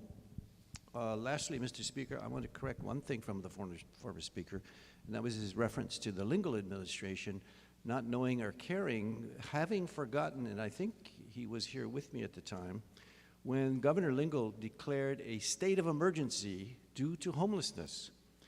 Then former mayor and then Representative Caldwell objected to that, and my colleague Cynthia Thielen, this is a bit of a history, Mr. Speaker, my colleague Cynthia Thielen said, "How heartless are you to object to the state of homelessness by Governor Lingle?" So I wanted to straighten that for the record. She was compassionate. She was the first one to ever call homelessness a state of emergency. And quite frankly, after the 6,000 to 7,000 every year we count, it is still an emergency. And this one will alleviate it to a degree. And lastly, on a personal note, Mr. Speaker, tonight I have a beer summit, and the beer summit featured speaker, as you were in the past, Connie Mitchell. She'll be at the Coco Marina Shopping Center at the Greek Marina at 6 p.m. If people want to meet what I think is the private Representative Ward, we're not on announcements. yeah, I know this is not something that does confine it, your but she remarks. mentioned Connie Mitchell. Point She's of the order. real deal. Please state your point. Please stick to the subject matter. Representative Ward, please confine your remarks. She to is the this czar Representative of the Ward, private please sector. confine your remarks. I want to commend Connie Representative Mitchell. Ward, please confine your remarks. I know I'm finished. I've confined Unless it to you want me the to call for a recess. And that's all I've got to say. Thank you. Representative Garcia. Thank you, Mr. Speaker. In strong support. Please proceed. He did say some things, but I do want to say that with so much locals leaving Hawaii because they can't afford to live here, it's nice to see the non-locals going home. Thank you. Representative Alcos. In strong support, I'd like Please to proceed. adopt my words of District 29, Kalihi. Thank you. Is my own. So ordered. Representative Purick. In support, please proceed. I'd like to thank this body for introducing and advancing a measure that will send homeless people away from Hawaii back to their home on the mainland. Thank you. Is there further discussion, members? Okay, if not, we're in the next measure, HB 870. Any discussion? Next page, HB 600. Mr. Speaker. Representative Holt. With reservations.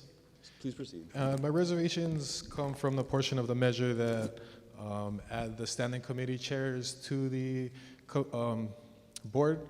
As I stated on Tuesday, if we're going to add members, I believe that we should defer to your wisdom, Mr. Speaker, and let you name them yourself. Thank you. Representative Ganadin. In strong support. Please proceed. Mr. Speaker, last year, according to the Department of Transportation and other state agencies, there were over 100 traffic fatalities involving pedestrians throughout the state. There were issues of people getting hit by cars throughout urban Honolulu. My district has advocated vehemently for improved sidewalks, the ability to move through their communities safely and freely.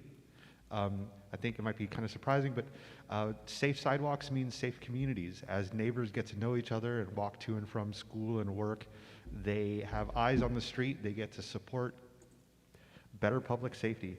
I want to thank the Chair of Transportation for his diligent work in conference. This is one of the bright spots of this year, and I hope that we can get out in time for our press conference at 2:30 p.m. in the Rotunda.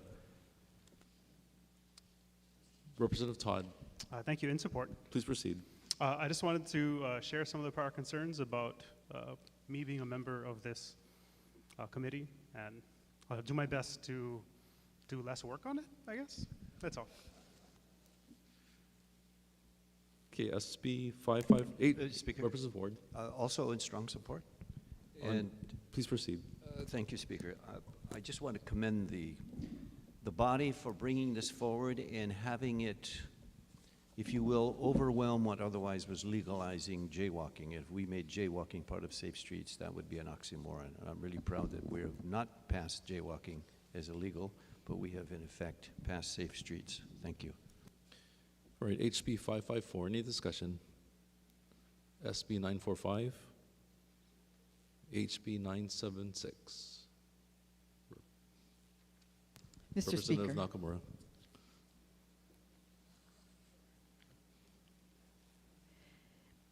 Mr. Speaker, I move to recommit HB 676, HD1, SD2, CD2 to conference committee. Representative Morikawa. Mr. Speaker, I second the motion. Is there any discussion on the motion to recommit House Bill 676? Any discussion? Representative Pirik. Yes, thank you, my fellow members, for doing this. I think the public will You're appreciate in support that. of the motion? In support. Please proceed. Thank you, my fellow members. I believe the public will appreciate this. Is there further discussion? If not, we'll take a voice vote. All those in favor say aye. All opposed say no. The motion is carried. We're on page 4, HB 660. Any discussion? HB 992, HB 1000, HB 1001. Next page, HB 1004, HB 1006, HB 1010, HB 278. Any discussion? If not, next page, HB 1255, HB 451, HB 848, HB 1200. Next page, HB 306, HB 133. Representative Souza, Thank you, Mr. Speaker. I rise in support. please proceed. I also do want to mention that this is a watered-down version of the versions that came prior, and specifically, I am disappointed that the $65 million that was a part of the previous Senate version for bulkhead repairs is not in this CD1. The $6 million for the environmental impact statement for Hakuone is not in here as well, and the $13 million for Kukani Loco is not in here as well. I feel that we wouldn't have to necessarily penny pinch as to what is coming out of the general fund if OHA was realizing the full benefits of the ceded land revenues that's owed to them. And so going forward, I hope that we can continue to support Hawaiians and our Hawaiian community. And I'm in support of this bill, but I think that we could fund OHA better. Thank you. Representative Tarnas. Thank you. In support. Please proceed. This measure that we're passing right now provides the Office of Hawaiian Affairs everything that they asked for in their original budget. And I think that's a strong position that we should take from the House. So I urge all members to vote for this. Thank you. Representative Peruso. I'd like to, in support. Please proceed. And I'd like to insert the comments of the representative from Kapolei as if they were my own. So ordered. And I'd also additionally like to add that as the budget moves through the process, it has become clear to me that many in my community were seeking additional support for Kukani Loco, so I am similarly disappointed in the failure to fund that. Mahalo. Representative Souza. Thank you, Mr. Speaker. Second time in support. Please proceed. And I would like to just address the previous speaker's comment. You know, a lot of times I think that Hawaiians and OHA in particular, they only ask for what they think they can get. And I think that that's been a problem in the past. And so, you know, I understand that that was their original request in the budget initially, but they did see the need as they kept coming back to the legislature to fund these other things that were included in the Senate version prior to the conference version. So I do feel that we are shortchanging them in some sense because this has been a need all along. Thank you. Representative Ward. Thank you, Speaker. With reservations, please. Please proceed. Mr. Speaker, clearly we are lowballing OHA here.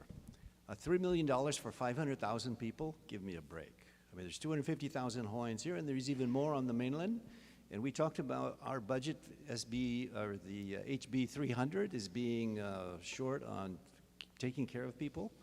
The point is, until they get 20% of the ceded lands, this is going to be a continual short shrifting, and otherwise denying OHA what otherwise by the Constitution they have been formed, but we've not funded them. And I know they only ask for that amount because they know we are so stingy in terms of giving Hawaiian issues. Now, don't mention the $600 million because that's an entirely different issue. In fact, since we've given the $600, we've kind of stopped paying attention to a lot of the OHA issues. The point is, $3 million does not represent the commitment that the people of Hawaii have for the indigenous people. Thank you. Representative Capella.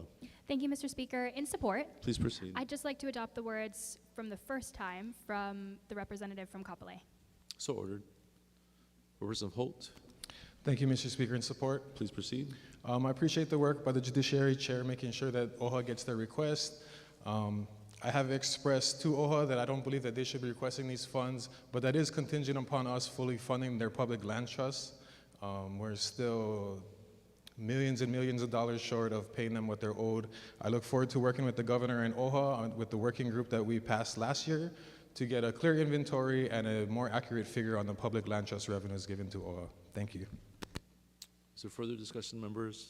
If not, HB 1113, HB 9660, SB 894, HB 948, HB 968. Mr. Speaker. Representative Martin. If we could go back to HB 948. Yes, please proceed. I wanted to add to the words of the representative from Puna. In support. This is in support, in strong support. This was actually part of a bill last year that was excised in the very first committee, and I am so grateful that the Majority Caucus decided to champion this particular program and expand it to a neighbor island. This would provide services with specialists for child and adolescent mental health to go out into the community where they have a crisis, whether it's possibly self-harm or harm to others or just something that their care providers cannot handle, and then also provide ongoing care for 2 months, up to 2 months if needed, and get them into long-term services. It is an investment, but it's something that can prevent much larger costs because you will not need to have these kids end up in emergency room, in a psychiatric ward, in other types of residential living situations, including juvenile detention.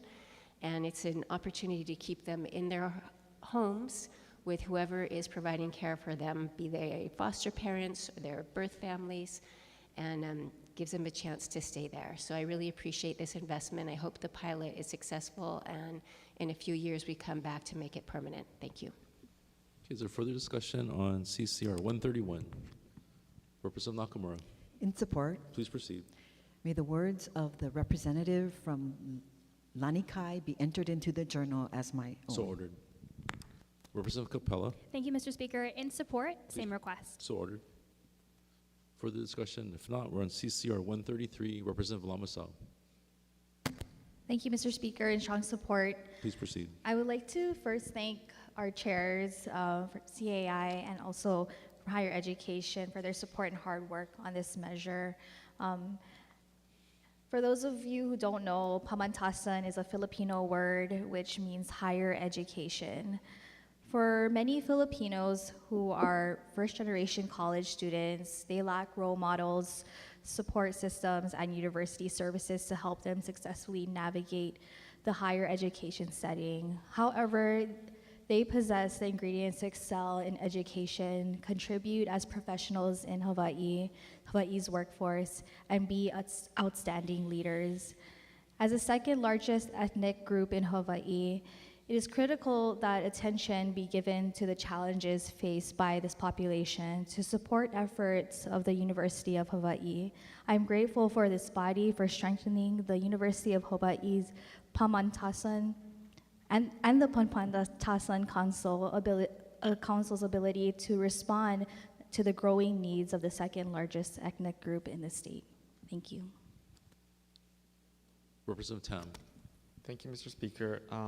In strong support, please proceed. I just want the words from the representative from Waipahu, except for the part where she thanked myself, inserted into the journal as if they were my own. So ordered. Thank you. Representative LaChica. Mr. Speaker, in support, may I adopt the words of the representative from Waipahu as if they were my own. So ordered. Further discussion? If not, CCR 134. Next page, 136. Mr. Speaker. Representative Ganadin. Back to CCR 134. 134, please proceed. With reservations, Mr. Speaker. So- My appreciation to the introducer for his intent on this bill. I have low expectations of the Criminal Justice Research Institute after the last several years of essentially inaction by giving us information that we could use to discuss best practices in criminal justice reform. I believe that $1.3 million is too much to spend on this research, considering that we can get most of this information locally from the Office of the Attorney General and the Department of Public Safety. The Office of the Attorney General did not support this in their testimony before the Judiciary Committee. Nationally, we can get data from the Department of Justice, the MacArthur Foundation, and the Arnold Foundation. Mr. Speaker, the fundamental questions about whether or not best practices regarding criminal justice work, whether or not things like pretrial reform, bail reform, which we don't even talk about anymore, other issues regarding how to give people better services and drug rehabilitation, whether or not they work, they've been proven in other jurisdictions, and we have that data now. Thank you so much. So further discussion on 134? If not, next page, SCCR 136, 139, 140, 142. Next page, 144, 146. Representative Pirik? Mr. Speaker, at the appropriate time, may we go back to 144? Yes. Please proceed on 144. In opposition? Please proceed.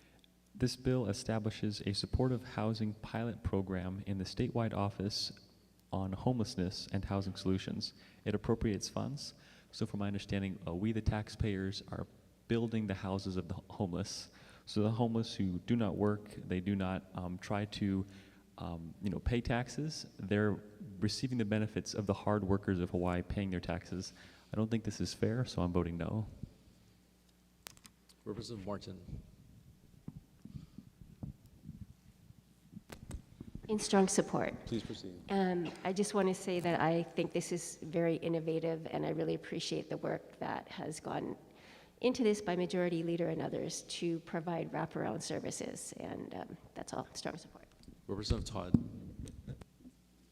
Thank you, in support. Please proceed.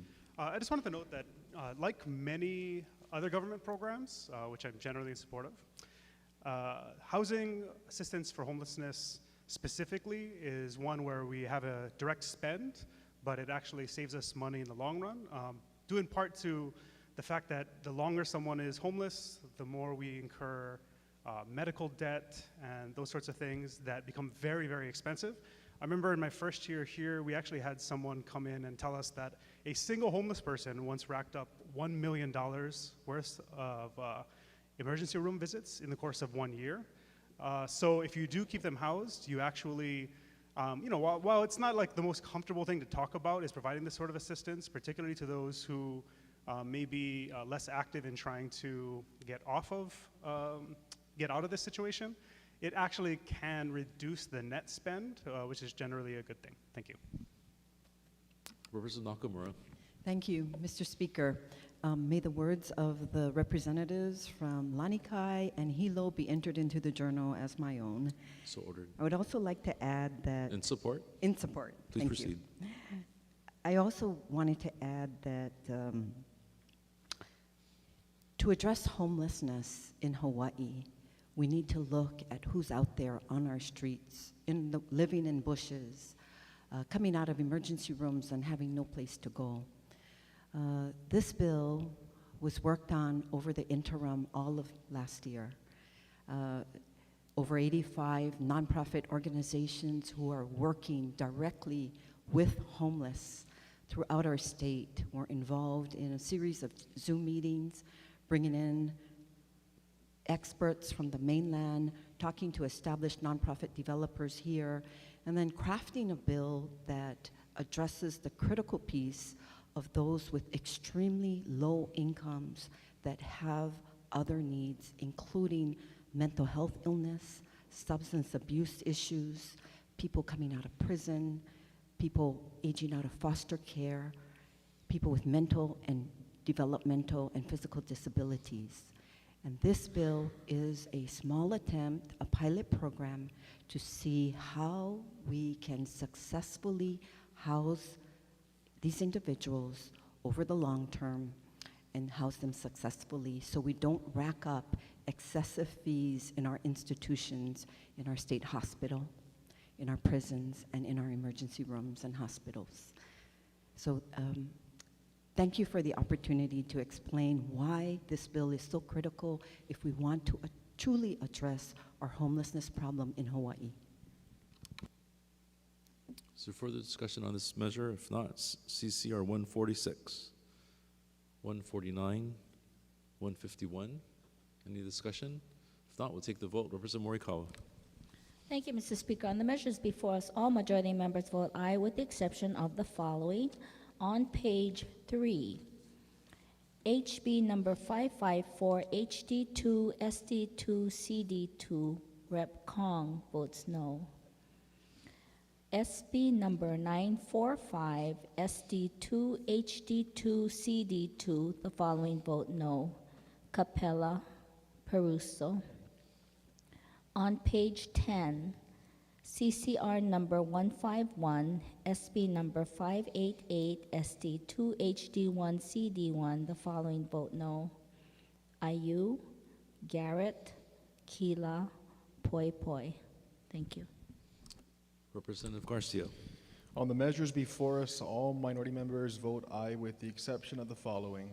On page 3, HB 554, HD2, SD2, CD2, Reps. Aucos, Garcia, and Perrick vote no.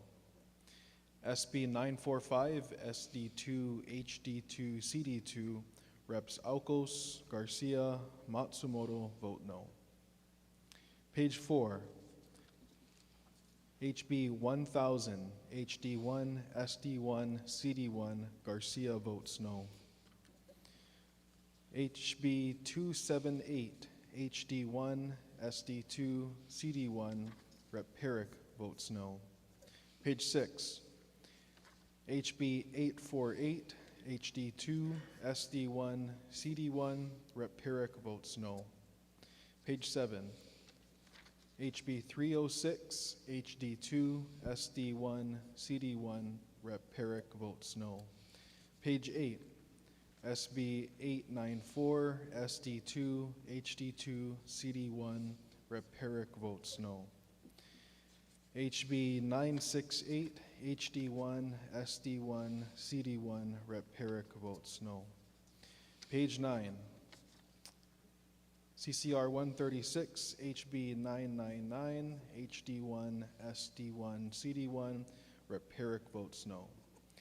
CCR 140, HB 953, HD1, SD1, CD1, Rep. Perrick votes no. All right, members, have all votes been cast? If so, said measures pass final reading. Representative Nakamura. Mr. Speaker, I move to adopt the conference committee reports listed on pages 11 through 19 and that the accompanying House and Senate bills as amended pass final reading. Representative Morikawa. Mr. Speaker, I second the motion. All right, members, discussion. CCR number 152, 155. Representative Ward. Speaker, strong support 155. Please proceed. It's one of the more creative, out-of-the-box ways to feed the hungry, feed the homeless. It takes finally those feral animals and provides them as kosher meals that can be served to those districts which don't have it. So it's a great innovative way of using what we have as a natural resource. Thank you. Okay, 156, 159. Next page, 161, 162, 163. Representative Perrick. In support. Please proceed. I'd like to thank this body for putting forth effort to decrease fireworks. When I went door to door throughout Waipahu, it was an especially high point of interest that we had less fireworks there. Okay, 164. Next page, 166, 172, 173, 174. Next page, 175, 176, 177, 178. Next page, 179, 180, 181, 182, Representative Gannon. CCR 182, Mr. Speaker. Please. No vote. Please proceed. Mr. Speaker, you and I and everyone else here in this room, we are state workers. We get paid on the 5th and the 20th. That isn't the case for court interpreters who perform a vital and necessary service to our democracy. Court interpreters usually get paid around $25 an hour. When they came to the legislature requesting a raise, instead of giving them that raise, we offered them this, which I think is an insult, by putting forward a bill that costs $20,000 for a study to determine their worth. Presuming this study would look at the cost of living allowance in the counties where court interpreters work, I believe that's a waste of money, Mr. Speaker, as we can look up a variety of COLAs using information from the Department of Defense and Housing, our state tax office, or nonprofits that create spreadsheets regularly. Mr. Speaker, this bill is a disrespect to the hardworking people that help our justice system run, and a shame that it was not given more weight considering it was a priority of the Filipino caucus. Because there is a disproportionate impact of the justice system on certain communities, this bill will lead to injustice for immigrants who make up a large part of our workforce. Members of the Chuukese, Marshallese, Tagalog, Ilocano, and Mandarin-speaking communities, many who may in fact be not guilty, who are facing criminal cases and the possibility of deportation, will continue to have a difficult time before the courts, as essentially interpreters are doing this work for a pittance of what they deserve. I vote no, Mr. Speaker, so as to not normalize the use of fake studies to defray the passage of well-articulated and necessary measures for our communities. Any discussion on 183?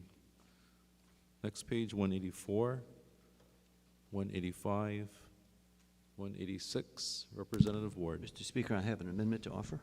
Mr. Clerk, have copies of the floor amendment been distributed to the members? Yes, Mr. Speaker, copies of floor amendment number 14 have been distributed. Representative Ward. Thank you, Mr. Speaker. Representative Ward for the motion. Oh, sorry. To adopt.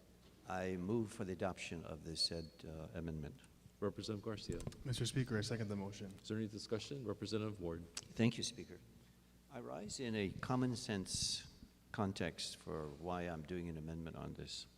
First, central to American jurisprudence and to the Constitution, basically the values that we live by and defend, is equal opportunity and equality under the law.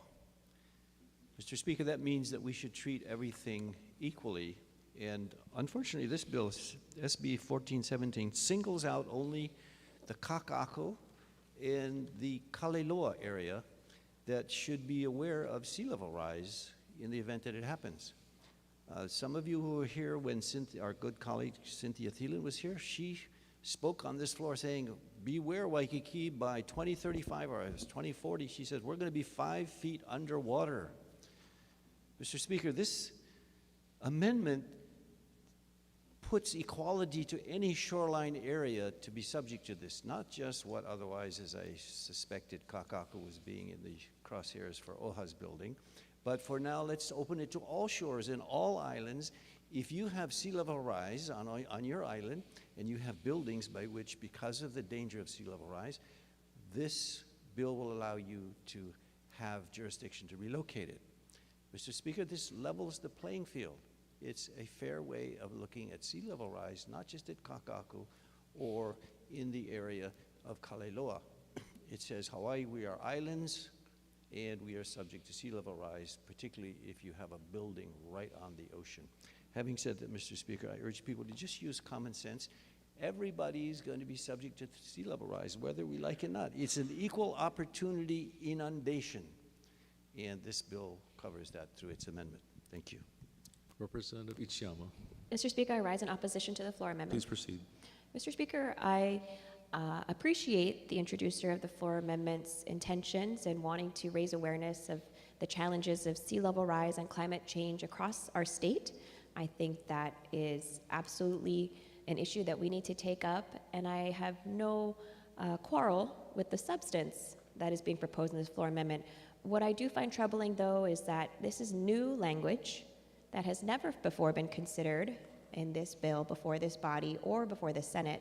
And therefore, my concern is that it would potentially violate the Constitution's requirement for for a bill to be read 3 times in both bodies in order for it to pass. And for those reasons, I am opposed to the floor amendment. Thank you. Representative Ward. How did you know I wanted to respond? Mr. Speaker, again, common sense. What is good for the goose is good for the gander. Every island that has oceanside buildings, we don't need rocket science to interpret that by saying that, well, we haven't had 3 readings. You know, some have argued that even our budget didn't get 3 readings. Some have argued that the gut and replace never got 3 readings. So to say that this is a reason for blocking common sense, sea level, which is inevitably going to be in every island's concern, we can do it in one full swoop now. Again, as I said in the beginning, it's common sense. I mean, just don't point out Kakaku, because I'm going to say things I'm going to get censored for, because it's a hit against the Hawaiians. Kaleloa takes that away a bit, but if we generically put it to equal opportunity under the law, any place, any building, not just Oahu's building, but any building, Waikiki or wherever in Lahaina, those that may be subject to this, they should be included. Again, common sense. Sea level rise is an equal opportunity inundation. Thank you again, Speaker. All right, members, we'll take a voice vote on the floor amendment. All those in favor of the floor amendment say aye. All opposed say no. All right, the floor amendment has failed. We're back on the main motion. Any discussion on CCR 186? 186, 187, next page, 188, 189, 191, 192, 193, next page, 194, 195, 196, 190. Representative Chica. Mr. Speaker, at the appropriate time, may we go back to CCR 196? Yes, please proceed on 196. Mahalo, Mr. Speaker. Just wanted to say thank you to our House Health Chair as well as the Senate Health Chair for their hard work on this measure. I also am incredibly grateful to House leadership, to you, Mr. Speaker, and to the Finance and Judiciary Chairs for passing this measure and for their support. For the first time, we are going to be enacting a statewide tobacco tax on e-cigarette products. For over a decade, vaping products remained unregulated in the state, and it was during this time that we saw an entire new generation get hooked on nicotine. It was also during this time that we saw a lot of our teen advocates grow up, and during their support for this measure, they're now in full-time jobs as adults. But today, their hard work, they get to see their hard work pay off because we will be passing comprehensive regulations. In addition to tobacco tax parity, this would also require vape shops to obtain a tobacco permit and license and also restrict online shipping and sales to only those who are registered. This is a good bill and a good public health bill, and I urge the members to support this measure. Mahalo. Okay, we're on 19. Representative Bellotti. Thank you, Mr. Speaker. In support, and just very brief comments. Please proceed. I just want to echo some of the comments of the previous speaker. This bill is 10 years in the making. I do want to acknowledge my Senate counterpart, my Senate counterpart, as well as the Senate introducer who has worked so long and hard on this. I also want to thank and acknowledge the newer members of this chamber who really were strong advocates. And so it's the combination of newer members and advocates who have supported this in the past that really got this over the finish line. Thank you, Mr. Speaker. So further discussion, if not 197, next page 198, 199, 200. Representative Mizuno. Thank you. On stand count report number 199. Please proceed. In support, just wanted to thank the Senate Chair of Health and Human Services, along with our Vice Chair for Human Services, and Darlene Scoville for helping to move this bill and having this become law. Thank you, Mr. Speaker. Okay, we're on 200, 201. Any discussion? Representative Bellotti. Thank you, Mr. Speaker. Ruling on a potential conflict. Please proceed. There are two claims that have been added to this measure that are claims that my law firm has worked on. I have not worked on it, so just ruling on a potential conflict. Or Representative, the chair's ruling is that there is no conflict because... Further request for recusal, just in the abundance of caution, Mr. Speaker. All right, the request for recusal is granted. Thank you, Mr. Speaker. So for any discussion on 201, If not, we'll take the vote. Representative Morikawa. Thank you, Mr. Speaker. On the measures before us, all majority members vote aye with the exception of the following. On page 11, CCR number 159, SB number 1076, SD2, HD2, CD1, Rep. Kong votes no. On page 15, CCR number 180, SB number 865, SD2, HD1, CD1, the following vote no. IU, Cochran, Hussey Burdick, Capella, Kila, Peruso, and Poi Poi. CCR number 182, SB number 813, SD1, HD2, CD1, the following vote no. Ganadin, Capella, Peruso. On page 18, CCR number 196, SB number 975, SD2, HD3, CD1, Rep. Kong votes no. Thank you. Representative Garcia. On the measures before us, all minority members vote aye with the exception of the following. On page 10, CCR 144, HB 1397, HD1, SD2, CD1, Rep. Herrick votes no. Representative Garcia, we're on page 11. Oh, my apologies. Starting on page 11. Page 13, CCR 166, SB 1586, SD1, HD2, CD1, Rep. Herrick votes no. CCR 172, SB 295, SD2, HD2, CD1, Rep. Herrick votes no. CCR 173, SB 1592, SD2, HD1, CD1, Rep. Herrick votes no. Page 14, CCR 175, SB 1370, SD1, HD1, CD1, Reps. Garcia and Herrick vote no. CCR 177, SB 1534, SD2, HD3, CD1, Reps. Alcos and Garcia vote no. CCR 178, SB 900, SD2, HD2, CD1, Rep. Herrick votes no. Page 15, CCR 183, SB 898, SD2, HD1, CD1, Rep. Herrick votes no. Page 16, CCR 186, SB 1417, SD1, HD1, CD1, Reps. Alcos, Garcia, Matsumoto, Herrick, and Ward vote no. Page 17, CCR 189, SB 743, SD1, HD1, CD1, Rep. Herrick votes no. CCR 193, HB 1018, HD1, SD1, CD1, Rep. Herrick votes no. All right, members, have all votes been cast? Representative Kong. Thank you, Mr. Speaker. Apologies to the clerks and to the majority floor leader, but I'd like to rescind my no vote on Conference Committee Report 196 on page 18, SB 975, and vote aye. So ordered. Thank you, Speaker. Representative Garcia. Adding one more no vote. On page 19, CCR 199, SB 318, SD2, HD1, CD1, Rep. Herrick votes no. All right, members, have all votes been cast? If so, said measures pass final reading. Representative Nakamura. Mr. Speaker, I move to adopt Conference Committee Report number 202 as listed on page 20, and that House Bill number 382, HD1, SD13, SD3, CD1, as amended, pass final reading.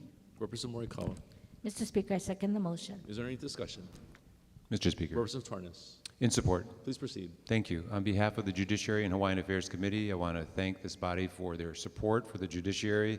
This is the budget that will provide the necessary resources to maintain the integrity of the courts and to fulfill our statutory, constitutional, and public service mandates through the judiciary.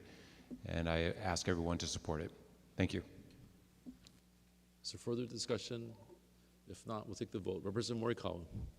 Thank you, Mr. Speaker. On the measure before us, all majority members vote aye. Representative Garcia. On the measure before us, all minority members vote aye. Members, have all votes been cast? If so, said measure passes. Final reading. Members, could we take a 5-minute recess?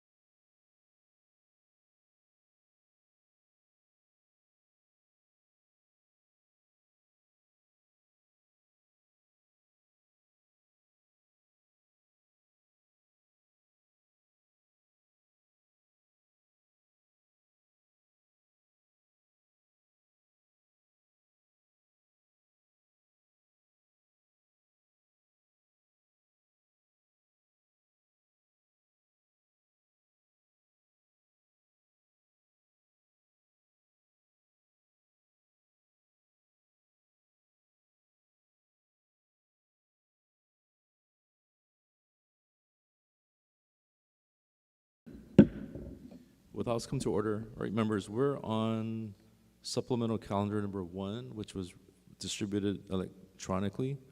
Mr. Clerk, is there a governor's message for action? Yes, Mr. Speaker, Governor's Message Number 1128 informed the House that on April 21st, 2023, Senate Bill Number 921 was vetoed. Representative Nakamura.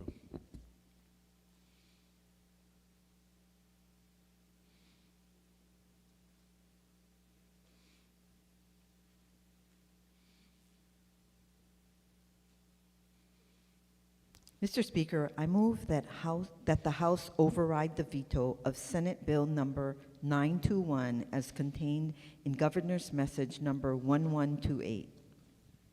Representative Morikawa. Mr. Speaker, I second the motion. Is there any discussion? Representative Siyama. Thank you, Mr. Speaker. I rise in support. Please proceed. This measure passed overwhelmingly by the House.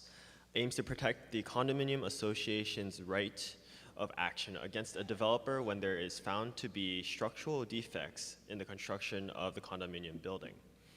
Under current law, this right is taken away by the association if the developer retains control of the board for over 10 years. SB 921 simply fixes this loophole by clarifying that the condominium association retains their right of action against the developer who has terminated control over the board for 2 years. To be clear, this circumstance affects very few condominiums. However, I believe it is prudent that this body moves to fix this loophole and that we protect the rights of condominium owners, that we hold developers accountable who are responsible for faulty construction. I do want to address the concerns that have arisen in the last hearing in the Judiciary and Hawaiian Affairs as well as the subsequent days. Concerns that this new policy that fixing this loophole will increase cost of housing. I'd like to reassure the members that through the 4 hearings and the 21 written testimonies that we have received no testimony providing, indicating substantive proof that this policy would substantially increase the cost of housing. And so, you know, I think that there are some concerns out there, but even if you do recognize them, those concerns shouldn't overshadow the importance of protecting a condominium owner's and the association's right of action to protect their home, to get justice from developers who had failed to build their homes properly, as promised. And so for these reasons, Mr. Speaker, I respectfully urge the body to once again support this measure and vote to override this veto. And I would like to affirm that your Committee on the Consumer Protection and Commerce will work with community stakeholders who have concerns over the interim and address them in the next legislative session. So again, Mr. Speaker, I rise in support and I respectfully request the body's support on this override. Thank you. Representative Ward. Speaker, I speak against the override. Please proceed. Mr. Speaker, we made promises at the beginning of this session. We're going to lower the cost of living, we're going to help out with the housing shortage, and this bill does the exact opposite if we override it. The BIA, of which some on this House have just spoken that is not a credible source, this is the Building Industry Association who knows what housing is about. They build houses, they finance houses, they are the referees of housing. They're the ones who say this is going to add to the cost of housing, and why would we, after promising we are going to lower your cost of living, we're going to lower the cost of housing? Why would we do this, Mr. Speaker? Governor Green knows what he's doing, the BIA knows what they're doing, but I'm not sure that we on this floor know what we're doing if we override this. Thank you. Representative Harness. In support. Please proceed. Thank you. Your Committee on Judiciary and Hawaiian Affairs heard this measure. On the 3 committee hearings before the bill came to our committee, we had not heard any concerns about any of this opposition that is now coming up. And so when I heard, when our committee had the testimony that was in opposition from the Building Industry Association, you know, I asked them, well, where were you on the earlier 3 committees? And they said, well, they hadn't submitted any testimony. I guess they didn't feel like it was an issue, but then it became an issue. You know, among the things that the Building Industry Association say that it would result in additional costs for development. Well, actually, it seems like the developers would still be liable for any of the problems that are found in construction. But what this does is this allows for the association to find the problems, gives them the couple of years after the developer gives up control in order to find potential problems that they wouldn't have found otherwise. The second issue they brought up was that it would have a chilling effect on development in Hawaii. Again, I'm not a lawyer, but I'm informed that really they're under the same legal duties, no matter, and so it may not, in fact, have a chilling effect. But we'll have to monitor that carefully. The third opposition point that they brought up was that the proposed amendment is potentially unconstitutional because it treats developers differently from other parties. Well, actually, it treats all condominium developers the same. You know, we have different statutes of limitation for different crimes, and that isn't an equal protection issue, so I don't see how this would have any bearing on this civil side as well. So for all these reasons, I think that this is a good bill, and I would support the override of the governor's veto. So I urge members to support this effort. Thank you. Is there additional discussion? If not, we'll be taking a roll call vote, members. Mr. Clerk, please call the roll. Mr. Ayu? Mr. Alcos? Ms. Amato? Ms. Bellotti? Mr. Chun? Ms. Cochran? Mr. Evslin? Mr. Ganadin? Mr. Garcia? Mr. Garrett? Mr. Gates? Mr. Hashem? Mr. Hashimoto? Mr. Holt? Ms. Hussey Burdick? Ms. Ichiyama? Mr. Iligan? Ms. Kahaloa? Ms. Capella? Mr. Kila? Ms. Kitagawa? Mr. Kobayashi? Mr. Kong? Ms. Lachika? Ms. Lamosao? Ms. Lowen? Excused. Ms. Martin? Ms. Martinez? Excused. Mr. Matayoshi? Ms. Matsumoto? Mr. Mizuno? Ms. Morikawa? Ms. Nakamura? Mr. Nakashima? Mr. Nishimoto? Mr. Onishi? Ms. Peruso? Mr. Pirik? Ms. Poe, Mr. Quinlan? Mr. Sayama? Ms. Souza? Mr. Takayama? Ms. Takenouchi? Mr. Tam? Mr. Tarnas? Mr. Todd? Mr. Ward? Mr. Woodson? Mr. Yamashita? Mr. Speaker. Aye.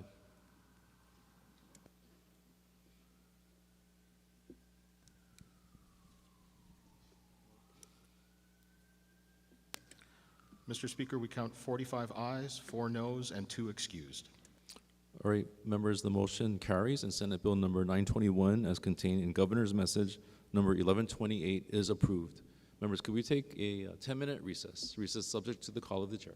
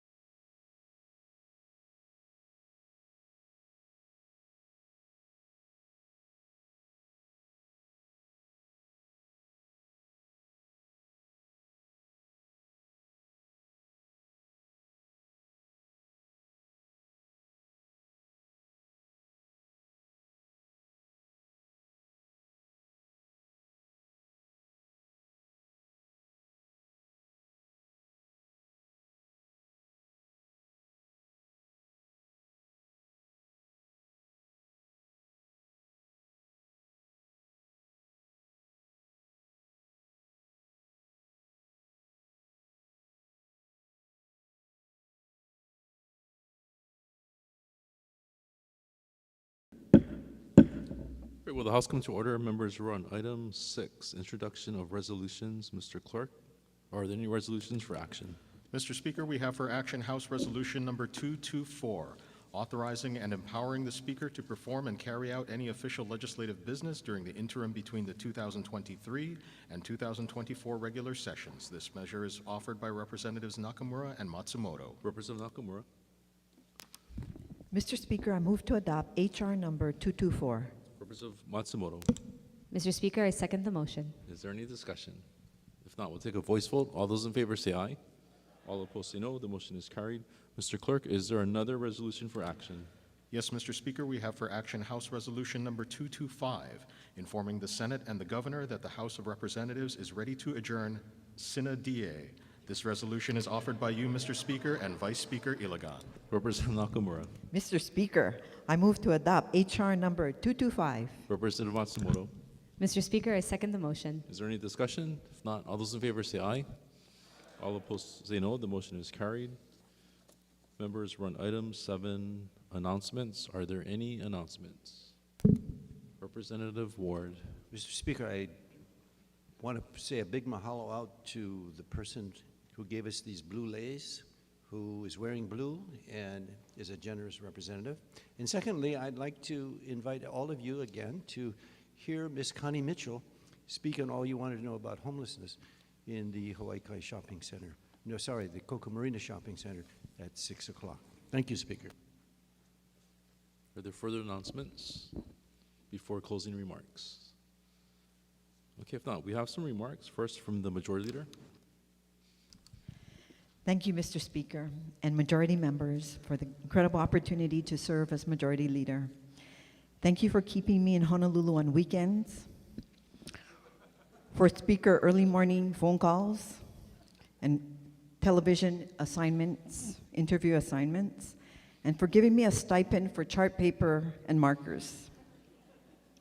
This session has been a learning curve for many of us in the Majority Caucus. Brand new members, first-time committee chairs, new committee chair assignments for veteran members, and new leadership roles. And while we've had our ups and downs and bumps along the way, we have much to be proud of. We made a commitment to address homelessness and build more affordable housing on opening day, and we delivered. Thank you to Housing Chair Troy Hashimoto, Health Chair Dalal Balati, Education Chair Justin Woodson, Finance Chair Kyle Yamashita, and CIP Chair Scott Nishimoto for coming through in a big way to provide housing for low, moderate, and working families in Hawaii. We made a commitment to reduce taxes for working families, Alice families on opening day, and we delivered, and much more. Thank you to Economic Development Chair Daniel Holt, Finance Chair Kai Yamashita, Vice Chair Kitagawa for working with the Senate and delivering thousands of dollars of targeted tax relief, $703 million over the next 5 years for our Alice families. We made a commitment to the environment and to address climate change on opening day, and we delivered. Thank you to Water and Land Chair Linda Ichiyama, EEP Chair Nicole Lowen, Tourism Chair Sean Quinlan, and Finance Chair Yamashita for investing in our environment that brings so much joy, solace, and rejuvenation for all of Hawaii's residents. And finally, Mr. Speaker, we made a commitment to the mental health of our residents, and we delivered, and we can do and will do much more. Thank you to Representative Lisa Martin, Health Chair Della Albalati, GIA Chair Lisa Kitagawa, Education Chair Justin Woodson for helping deliver critical access to mental health services to those most in need. Mr. Speaker, we acknowledge your leadership and thank your incredible staff for helping to move the majority agenda forward. I would also like to acknowledge Vice Speaker Ilagan in building team spirit in ordering our brand new jackets and coat pins and helping with training along the way. We would not have gotten to know each other and gain all this weight without the efforts of Majority Floor Leader Dee Morikawa, Representatives Kitagawa, Matayoshi, Quinlan, and Chef Todd. and their staff. I'd like to give a shout out to CPC Vice Chair Jackson Sayama for stepping up, filling in, and being the voice of Chair Nakashima. You did an incredible job. I'd like to thank my staff, Ben, Phil, Sari, and Angela, for helping me down Coolio Ridge and for their incredible support this session. I'd like to give a shout out to CPC Vice Chair, to our Squeaky Clean gang and Judiciary and Hawaiian Affairs for making good government a big part of this year's agenda. So thank you to Chair Tarnas and Vice Chair Takayama. And finally, I'd like to thank you, all the members of the Majority Caucus, for your support. Representative Matsumoto. Thank you, Mr. Speaker. As we're now at the close of the 2023 legislative session, I want to make sure I take the time to thank those who really helped us get to this point. First, I'd like to thank the members of the House Republican Caucus. This year, we grew in numbers, and we've had a lot to contribute. As one of my colleagues loves to say, we don't necessarily have the votes, but we have the voice. I'd also like to take the time to thank our House Minority Research Office. This session has had a lot of ups and downs, but I truly appreciate the unwavering dedication of our team.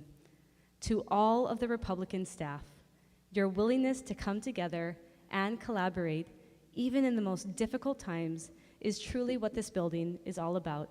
And I appreciate all you have done to make sure that positive change gets implemented for our districts and our state. To my office, to Sarah, Sam, Malia, Aiden, and to our interns, Hunter, Diego, and Vincent, thank you for helping us all get to this point. This is the most cohesive and unified Republican caucus I've ever seen during my tenure, believe it or not.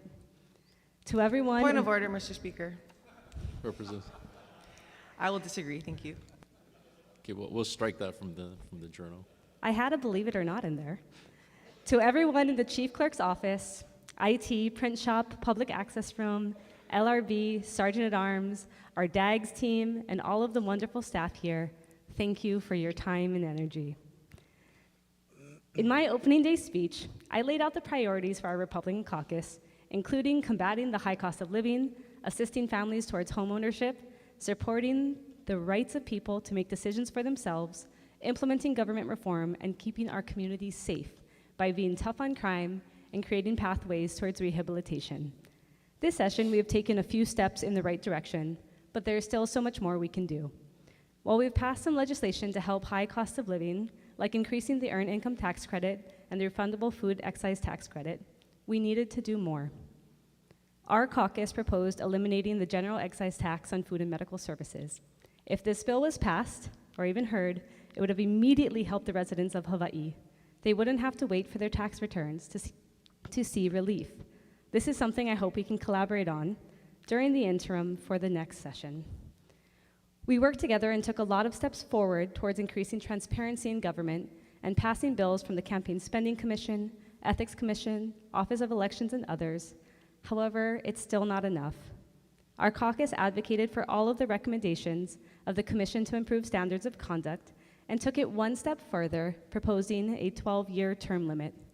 Our legislative body has lost the trust of the people, and in order to earn that trust back, government reform is imperative, and next year I know we will work to do even more.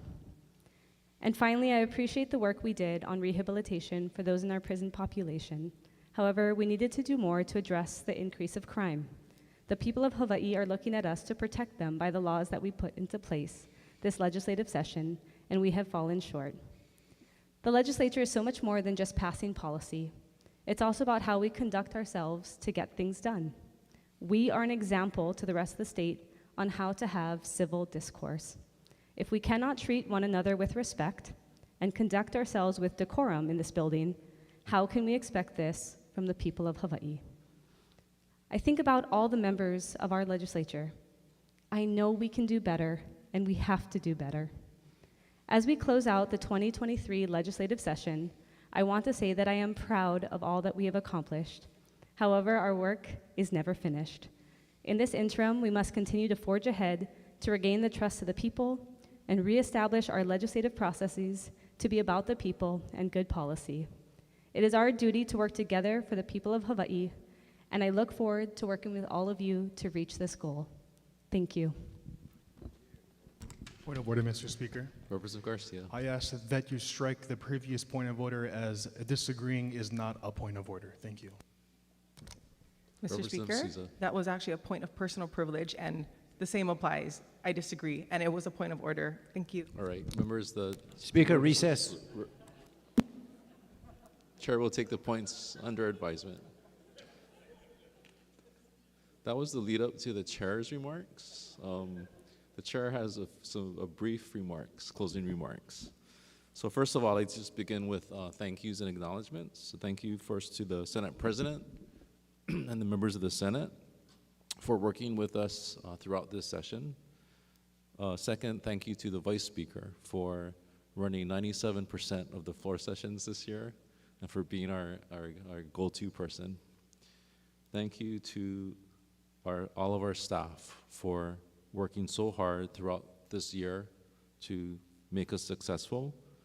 This includes the Chief Clerk's Office, Sergeant at Arms, research offices, our print shop, our IT office, the Legislative Reference Bureau, all of the staff members in our respective offices, and our custodial staff here at the State Capitol. So members, as you know, this legislative session began on a positive note with the full reopening of the State Capitol, 18 new House members, and cooperation across the aisle, maybe with the exception of Representative Ward, but in just 4 months, you seized the opportunity to solve some of our most pressing problems. And here are some of your results. State park and trail repairs, native forest, plant, animal, and aquatic resource protection, tax relief for Alice families, technology to implement a statewide green fee, grand jury reform, traffic safety, telehealth, 31 standard of conduct laws, hydrogen, gun control, Ohana homeless zones, Medicaid physician reimbursement, invasive species control, women's reproductive protection, testing wells for the Board of Water Supply, financing for lower income household solar and battery storage, child and adolescent crisis mobile treatment, mental health and assisted community treatment, rental housing funding, preschool, university campus security, Hawaii Tourism Authority reform, Hilo Medical Center renovations. As you know, the list goes on and on and on.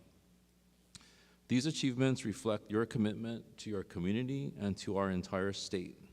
We have a common goal.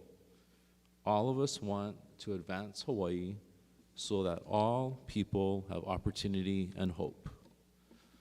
This legislative session has set a foundation that we can build upon next year. Your work will improve the lives of residents, our environment, and our commitment to the principles of justice and equality. I look forward to continuing our effort throughout the interim, and thank you very much for all of your work. And with that,